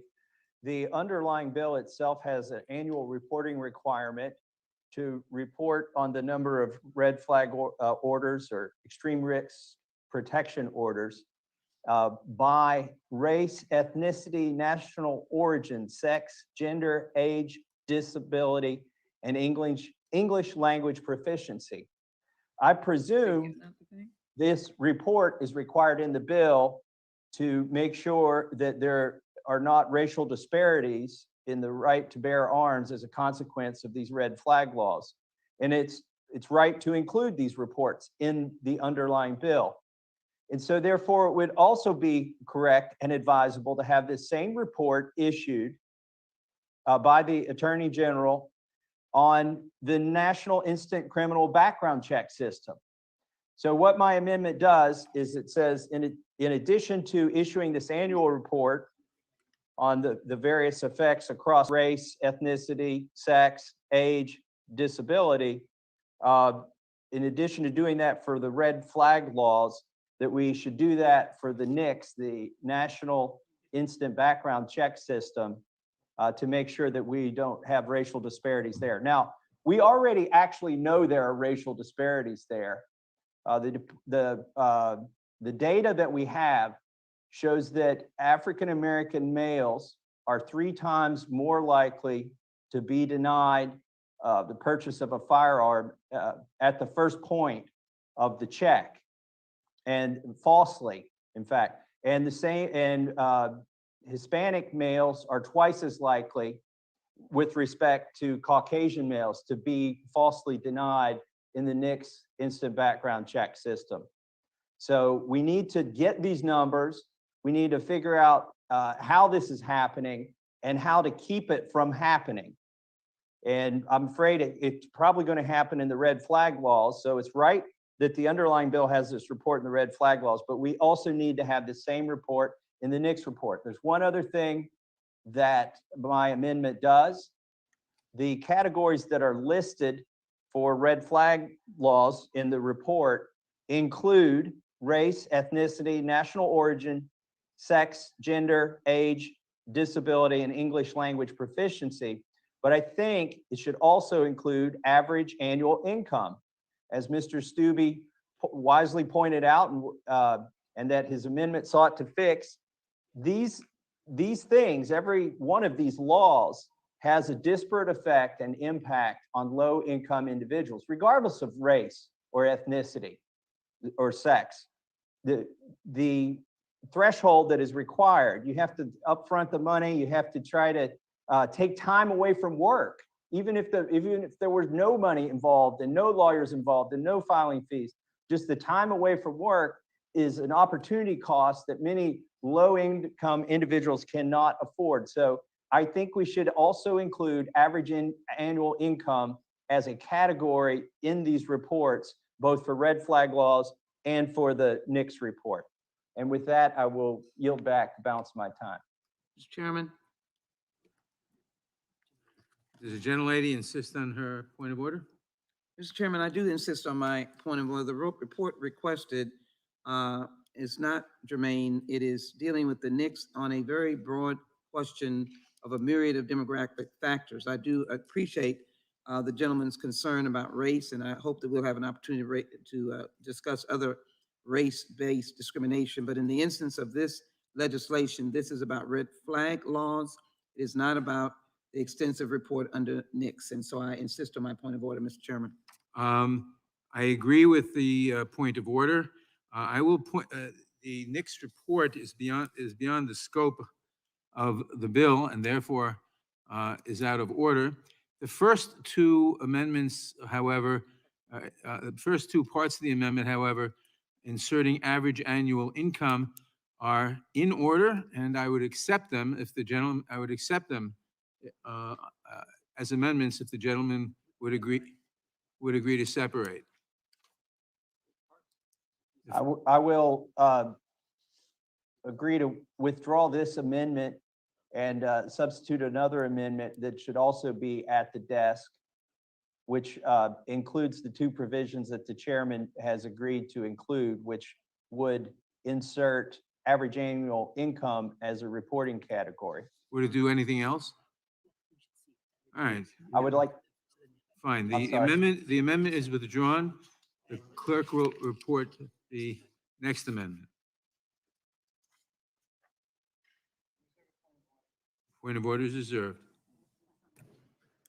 Amendment to the amendment in the nature of a substitute to HR 2377, offered by Mr. Massey of Kentucky, page 24, line 6. Insert after disability the following: average annual income. Without objection, the amendment is considered as read. The gentleman is recognized for 5 minutes to explain his amendment.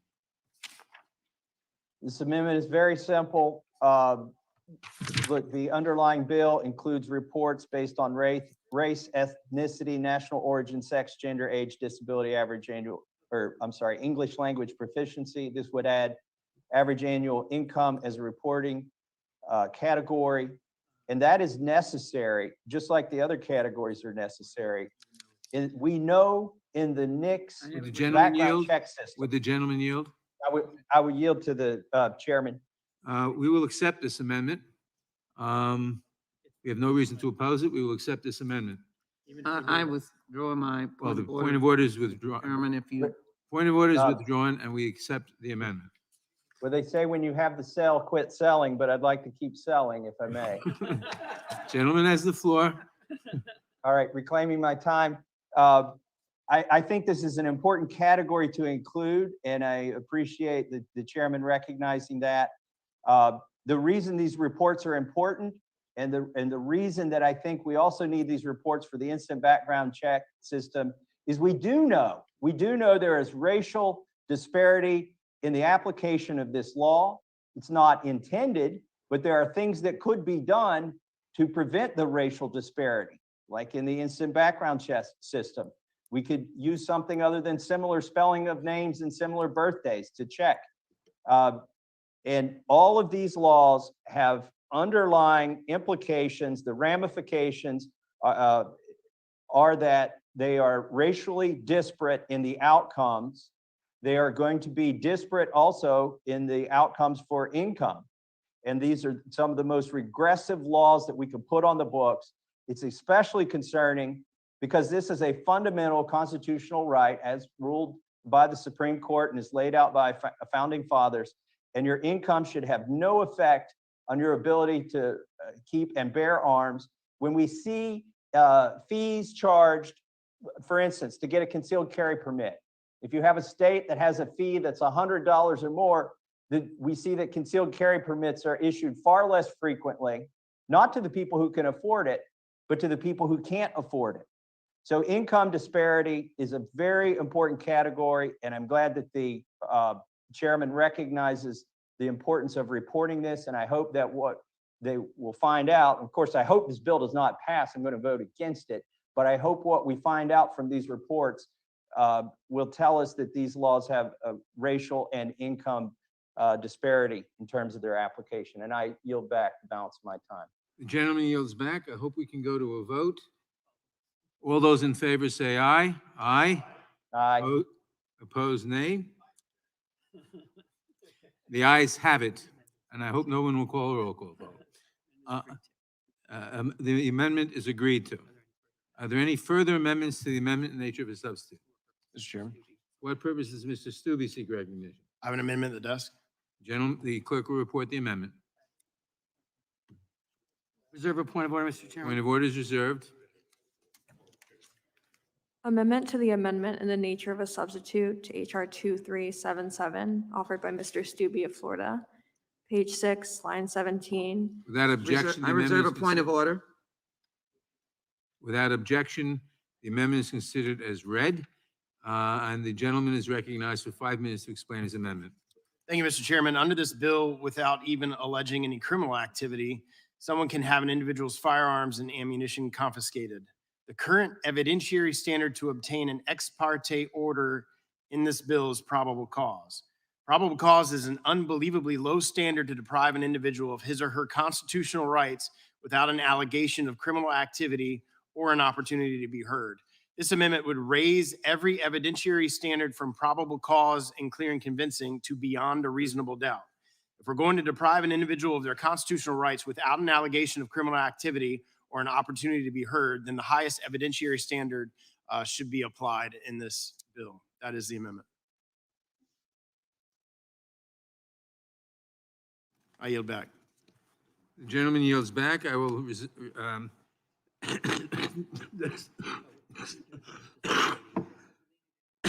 the gentleman insist on his point of order? I do not. The gentleman does not insist on his point of order. The point of order is withdrawn. I recognize myself in opposition to the amendment. The amendment, the standard in the amendment of imminent Standard in the bill. Standard in the bill. Standard in the bill.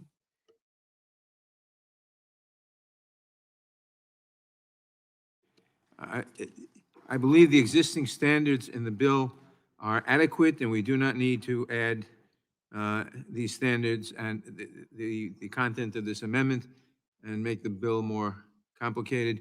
The existing standards in the bill are quite adequate to the task, and I yield back.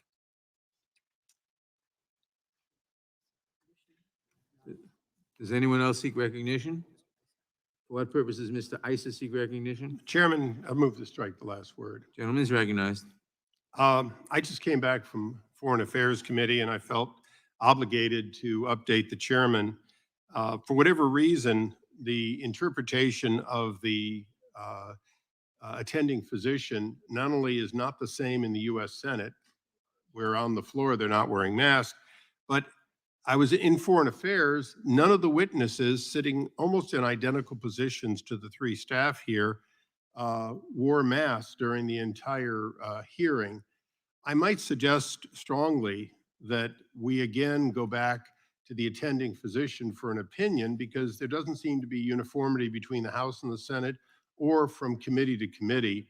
And the reluctance of members to come to this committee because of the mask rule seems to work to the detriment of the speed and congeniality, if you will, that we would hope for here. The gentleman yield? Of course, Mr. Chairman.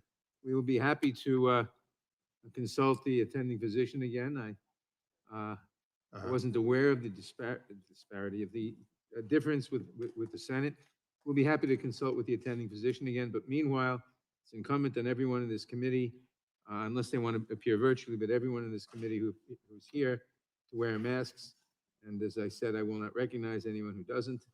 And I see one person not wearing a mask, you should put it on. Well, but you can't recognize me with it on very well, but No, it's but me. Mr. Stubbe's not wearing his mask, and if he seeks recognition. Perhaps he's going to talk, but reclaiming my time, Mr. Chairman, I know that the work we're doing here is important, but I strongly would recommend that we look at, for example, last night, and I know I'm taking time of the committee, but last night I was at a dinner with virtually, I don't know, 3/4 of the members of the Senate and a large group of members of the House, most of the Foreign Affairs Committee members, and the Japanese ambassador, and a host of other people from the administration. And we all sat around the dinner table as close as Mr. Gomer and I are without masks. They did require that we have a test, and they did require that we be vaccinated or have a current test. The reality is there are procedures that would allow members to be close together to do these things. And although I haven't been in your ante room, I would suggest that you would find in most of the ante rooms, the masks come off when they leave. So rather than continuing to do this, I would hope that we would reach out to the attending physician and at a minimum ask if we could be treated as senators. Would the gentleman yield? Of course, Mr. Chairman. I've already said we will reach out to the attending physician. End of story. I know, but taking yes for an answer, I've got another minute and 56 seconds. Thank you, Mr. Chairman. I yield back. The gentleman yields back. Who else seeks recognition? For what purposes Mr. Fitzgerald seek recognition? Mr. Chairman, I have an amendment at the desk. Wait a minute, we're still on the Stubbe amendment. If no one else seeks recognition, we'll go to a Mr. vote. Mr. Chairman, Who seeks recognition? this is Massey from Kentucky. The gentleman is recognized. For what purpose does the gentleman seek recognition? I wish to speak in support of the Stubbe amendment. Gentleman is recognized. I would just note that there are several sheriffs who have already announced their refusal to implement these red flag laws because they are dangerous to their deputies. To go into a situation, and in many cases unannounced, or in most cases unannounced, and in a lot of cases early in the morning before the person being served or the person whose weapons be taken away is even awake, these law enforcement officers are sent into a very difficult situation. They're going to agitate the individual. They know the individual is armed. And a lot of sheriffs are saying, we're not going to do this. We're not going to enforce your red flag laws because they put our deputies in a dangerous position. And that is why Mr. Stubbe's amendment is so important. Why would you want to endanger somebody's life just on a suspicion? It needs to be beyond a reasonable doubt. There needs to be a high standard before you're going to put the lives of deputies and other law enforcement officers at risk by agitating individuals unannounced who have firearms. And so I would urge those in this committee to vote for the Stubbe amendment. And if he wishes more time to speak on the amendment, I'll yield to him. Otherwise, I will yield back. I yield back the balance of my time. The gentleman yields back. Does anyone else seek recognition on the amendment? If not, Mr. Chairman, for what purpose does Ms. McBath seek recognition? Mr. Chairman, I seek to strike the last word. The gentlelady is recognized. Thank you so much.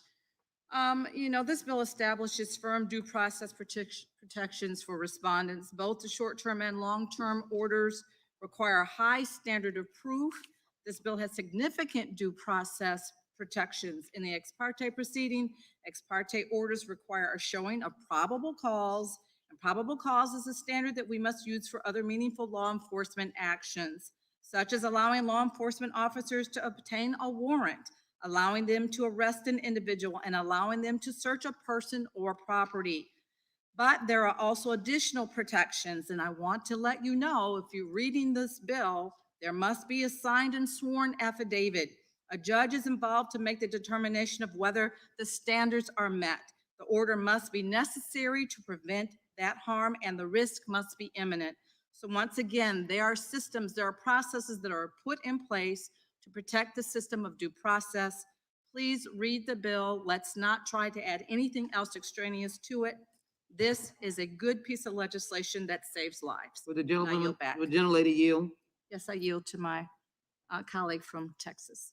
I want to thank the gentlelady for that very clear and succinct explanation. I want to juxtapose clear and convincing evidence against the unreasonable man standard. This legislation is offered to save lives. It is a tool for family members.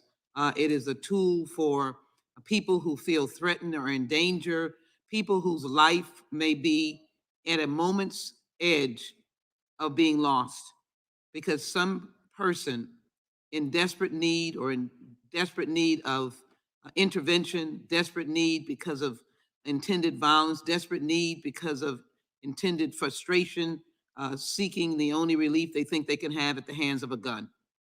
And the clear and convincing standard is intended to help civilly save lives. That's what red flag laws are. And to insist on a reasonable man standard or beyond a reasonable standard is in fact to take more time to endanger the proposed victim. Again, we started out with the idea that this is to save lives, and it is documented across America that red flag laws save lives, and it is at the hands of guns.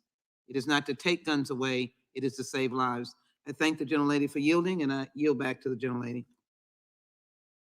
I yield back the balance of my time. The gentlelady yields back. Does anyone else seek recognition? If not, the question occurs on the amendment. All in favor say aye. Aye. Opposed, no. No. No. In the opinion of the chair, the noes have it. Ask for a recorded vote. Recorded vote is requested. The clerk will call the roll. Mr. Nadler? No. Mr. Nadler votes no. Ms. Lofgren? No.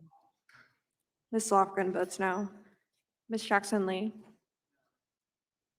Ms. Jackson-Lee votes no. Mr. Cohen? No, no. Mr. Cohen votes no. Mr. Johnson of Georgia? No, no, no, no. Mr. Johnson of Georgia votes no. Mr. Deutsch?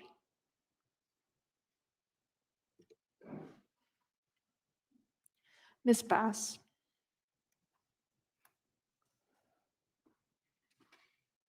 Mr. Jeffries?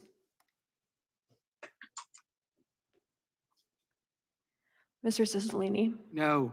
Mr. Cicilline votes no. Mr. Swalwell? No. Mr. Swalwell votes no. Mr. Liu?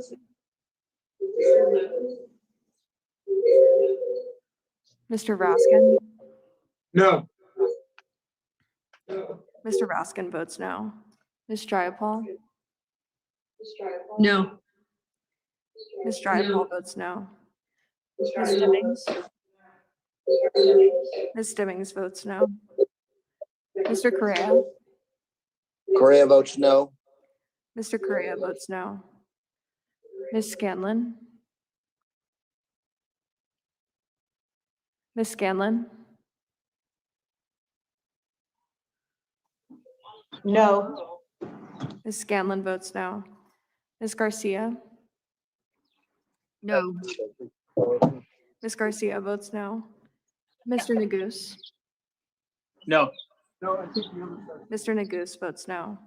Ms. McBath? No. Ms. McBath votes no. Mr. Stanton? No. Mr. Stanton votes no. Ms. Steen? No. Ms. Steen votes no. Ms. Escobar? No. Ms. Escobar votes no. Mr. Jones?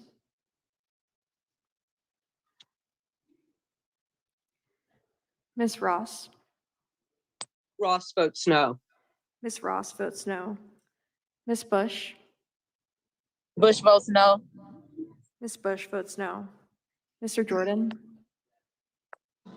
Mr. Jordan votes yes. Mr. Shabbat? Aye. Mr. Shabbat votes aye. Mr. Gomert? Big ol' I. Mr. Gomert votes aye. Mr. Isa? Aye, aye. Mr. Isa votes aye. Mr. Buck? Aye. Mr. Buck votes aye. Mr. Gates? Mr. Gates votes aye. Mr. Johnson of Louisiana? Aye. Mr. Johnson of Louisiana votes aye. Mr. Biggs? Aye. Mr. Biggs votes aye. Mr. McClintock? Mr. McClintock votes aye. Mr. Stube? Mr. Stube votes yes. Mr. Tiffany? Mr. Tiffany votes aye. Mr. Massey? Massey votes aye. Mr. Massey votes aye. Mr. Roy? Mr. Roy votes aye. Mr. Bishop? Yes. Mr. Bishop votes yes. Ms. Fishbach? Yes. Ms. Fishbach votes yes. Ms. Sparts? Ms. Sparts?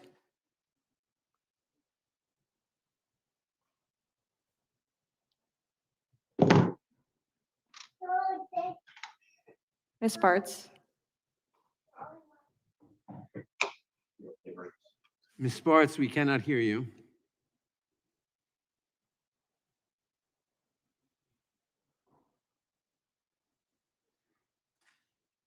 Ms. Sparts, we could not hear you. You might want to.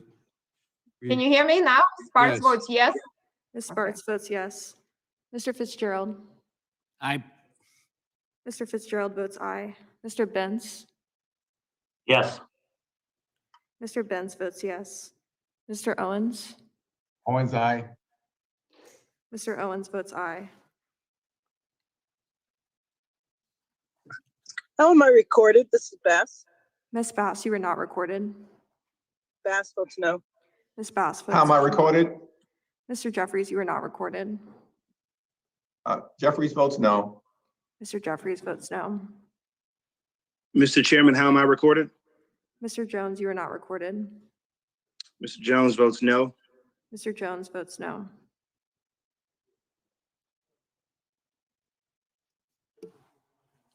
Are there any members who wish to be recorded who haven't been recorded? The clerk will report. Mr. Chairman, there are 19 ayes and 23 noes. The amendment is not agreed to. Are there any other amendments to the amendment in the nature of a substitute? For what purposes, Mr. Fitzgerald seek recognition? Mr. Chairman, I have an amendment at the desk. The clerk will report the amendment.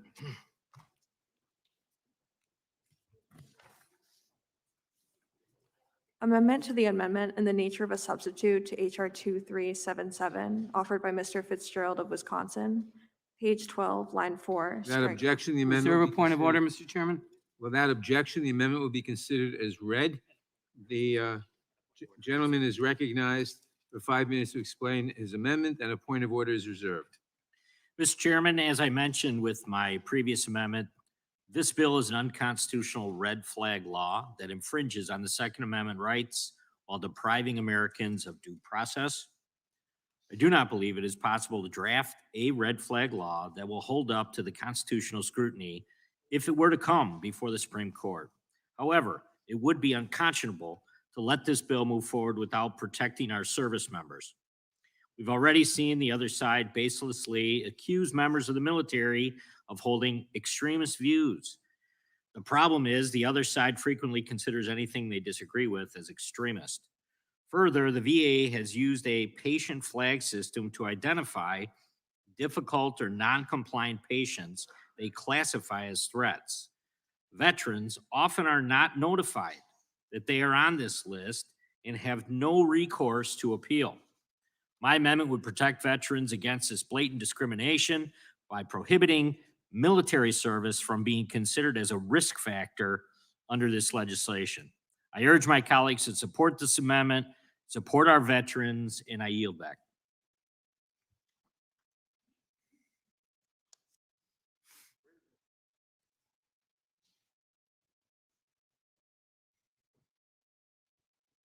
I recognize myself. First of all, the amendment, the point of order is withdrawn.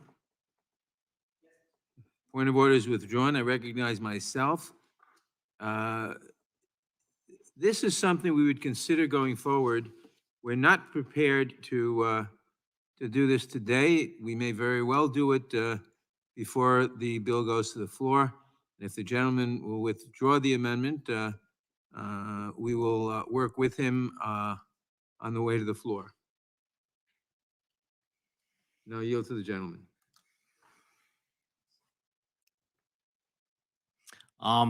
Absolutely, Mr. Chair. I think it's a valid, obviously, I think it's a valid amendment, and it's something that should be considered, and I would certainly entertain that offer and look forward to working with the majority to amend the bill. So the amendment is withdrawn, and we will work with you going forward. The amendment is withdrawn. Are there any other amendments to the amendment in the nature of a substitute? If not, the question occurs on the amendment in the nature of a substitute as amended. This will be followed immediately by a vote on final passage of the bill. All those in favor respond by saying aye. Aye. Opposed, no. Aye. No. In the opinion of the chair, the ayes have it. A roll call is requested. The clerk will call the roll.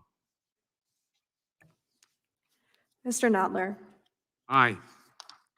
Mr. Nadler votes aye. Ms. Lofgren. Yes. Ms. Lofgren votes yes. Ms. Jackson Lee. Mr. Cohen. Aye. Mr. Cohen votes aye. Hold a minute. Mr. Johnson of Georgia. Aye. Mr. Johnson of Georgia votes aye. Mr. Deutsch. Aye. Hold on a minute. Mr. Deutsch votes aye. Ms. Bass. Bass votes aye. Ms. Bass votes aye. Mr. Jeffries. We are hybrid, so I've moved to the virtual. Mr. Jeffries. Votes, Someone should shut their mic. Jeffries votes no. Mr. Jeffries votes Sorry, no. Jeffries votes How am I aye. recorded? Mr. Jeffries Jeffries votes votes aye. aye. Mr. Cicilline. Aye. I'll just do that. Mr. Cicilline votes So- aye. Mr. Swalwell. Aye. Mr. Swalwell votes aye. Mr. Liu. Mr. Raskin. Aye. Mr. Raskin votes aye. Ms. Jayapal. Aye. Ms. Jayapal votes aye. Ms. Stimmings. Ms. Stimmings votes aye. Mr. Correa. Correa votes aye. Mr. Correa votes aye. Ms. Scanlon. Aye. Ms. Scanlon votes aye. Ms. Garcia. Aye. Ms. Garcia votes aye. Mr. Nagus. Aye. Mr. Nagus votes aye. Ms. McBath. Aye. Ms. McBath votes aye. Mr. Stanton. Aye. Mr. Stanton votes aye. Ms. Dean. Aye. Ms. Dean votes aye. Ms. Escobar. Oh, that's right. Aye. Ms. Escobar votes aye.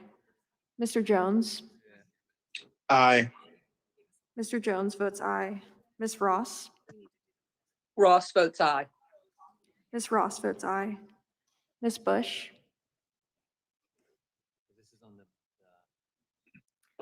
Mr. Jordan. No.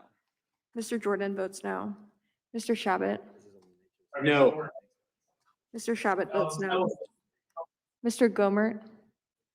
Gomer votes no. Mr. Gomert votes no. Mr. Isa. Free of mask, I vote no. Mr. Isa votes no. Mr. Buck. No. Mr. Buck votes no. Mr. Gates. Mr. Gates votes no. Mr. Johnson of Louisiana. No. Mr. Johnson of Louisiana votes no. Mr. Biggs. No. Mr. Biggs votes no. Mr. McClintock. No. Mr. McClintock votes no. Mr. Stube. No. Mr. Stube votes no. Mr. Tiffany? Mr. Tiffany votes no. Mr. Massey? Massey votes no. Mr. Massey votes no. Mr. Roy? Mr. Roy votes no. Mr. Bishop? No. Mr. Bishop votes no. Ms. Fishbach? No. Ms. Fishbach votes no. Ms. Sparks? Sparks? No. Ms. Sparks votes no. Mr. Fitzgerald? Mr. Fitzgerald votes no. Mr. Benz? No. Mr. Benz votes no. Mr. Owens? Owens, no. Mr. Owens votes no.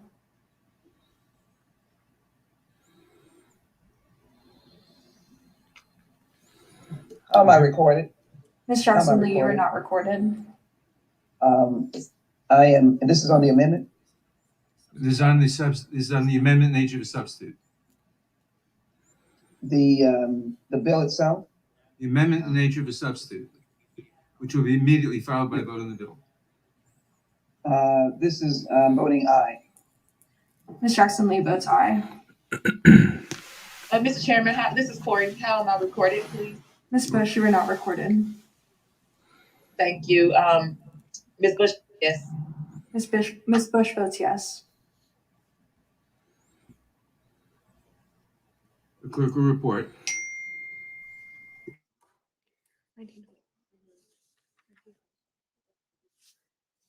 Mr. Chairman, there are 24 ayes and 19 noes. The amendment is agreed to. A reporting quorum being present. The question is on the motion to report the bill HR 2377 as amended favorably to the House. Those in favor respond by saying aye. Aye. Here it comes, y'all. Aye. This is the actual Those vote. opposed, no. No. The ayes have it, and the bill is ordered reported favorably. Roll call vote is requested. The clerk will call the roll. Mr. Nadler? Aye. Mr. Nadler votes aye. Ms. Lofgren? Aye. Ms. Lofgren votes aye. Ms. Jackson Lee? Aye. Ms. Jackson Lee votes aye. Mr. Cohen? Aye. Mr. Cohen votes aye. Mr. Johnson of Georgia? Aye. Mr. Johnson of Georgia votes aye. Mr. Deutsch? Aye. Mr. Deutsch votes aye. Ms. Bass? Aye. Ms. Bass votes aye. Mr. Jeffries? Aye. Mr. Jeffries votes aye. Mr. Cicilline? Aye. Mr. Cicilline votes aye. Mr. Swalwell? Mr. Liu? Mr. Raskin? Aye. Mr. Raskin votes aye. Ms. Jayapal? Aye. Ms. Jayapal votes aye. Ms. Dennings? Ms. Dennings votes aye. Mr. Correa? Correa votes aye. Mr. Correa votes aye. Ms. Scanlon? Aye. Ms. Scanlon votes aye. Ms. Garcia? Ms. Garcia votes aye. Mr. Neguse? Aye. Mr. Neguse votes aye. Ms. McBath? Aye. Ms. McBath votes aye. Mr. Stanton? Aye. Mr. Stanton votes aye. Ms. Dean? Aye. Ms. Dean votes aye. Ms. Escobar? Aye. Ms. Escobar votes aye. Mr. Jones? Aye. Mr. Jones votes aye. Ms. Ross? Ross votes aye. Ms. Ross votes aye. Ms. Bush? Bush votes aye. Ms. Bush votes aye. Mr. Jordan? Mr. Jordan votes no. Mr. Shabbat? No. Mr. Shabbat votes no. Mr. Gomert? Gomer votes no. Mr. Gomert votes no. Mr. Isa? No. Mr. Isa votes no. Mr. Buck? No. Mr. Buck votes no. Mr. Gates? Mr. Gates votes no. Mr. Johnson of Louisiana? No. Mr. Johnson of Louisiana votes no. Mr. Biggs? No. Mr. Biggs votes no. Mr. McClintock? No. Mr. McClintock votes no. Mr. Stube? No. Mr. Stube votes no. Mr. Tiffany? No. Mr. Tiffany votes no. Mr. Massey? Massey votes no. Mr. Massey votes no. Mr. Roy? Mr. Roy votes no. Mr. Bishop? No. Mr. Bishop votes no. Ms. Fishbach? No. Ms. Fishbach votes no. Ms. Sparts?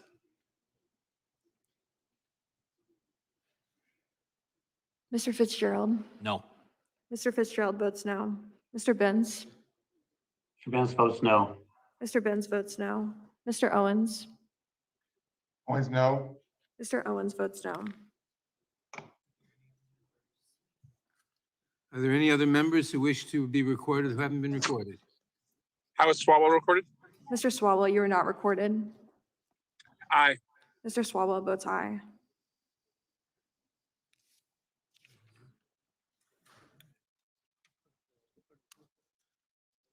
The clerk will report. Mr. Chairman, there are 24 ayes and 18 noes. Excuse me, Wait, excuse me. How did Sparks group record it? Ms. Sparts is not recorded.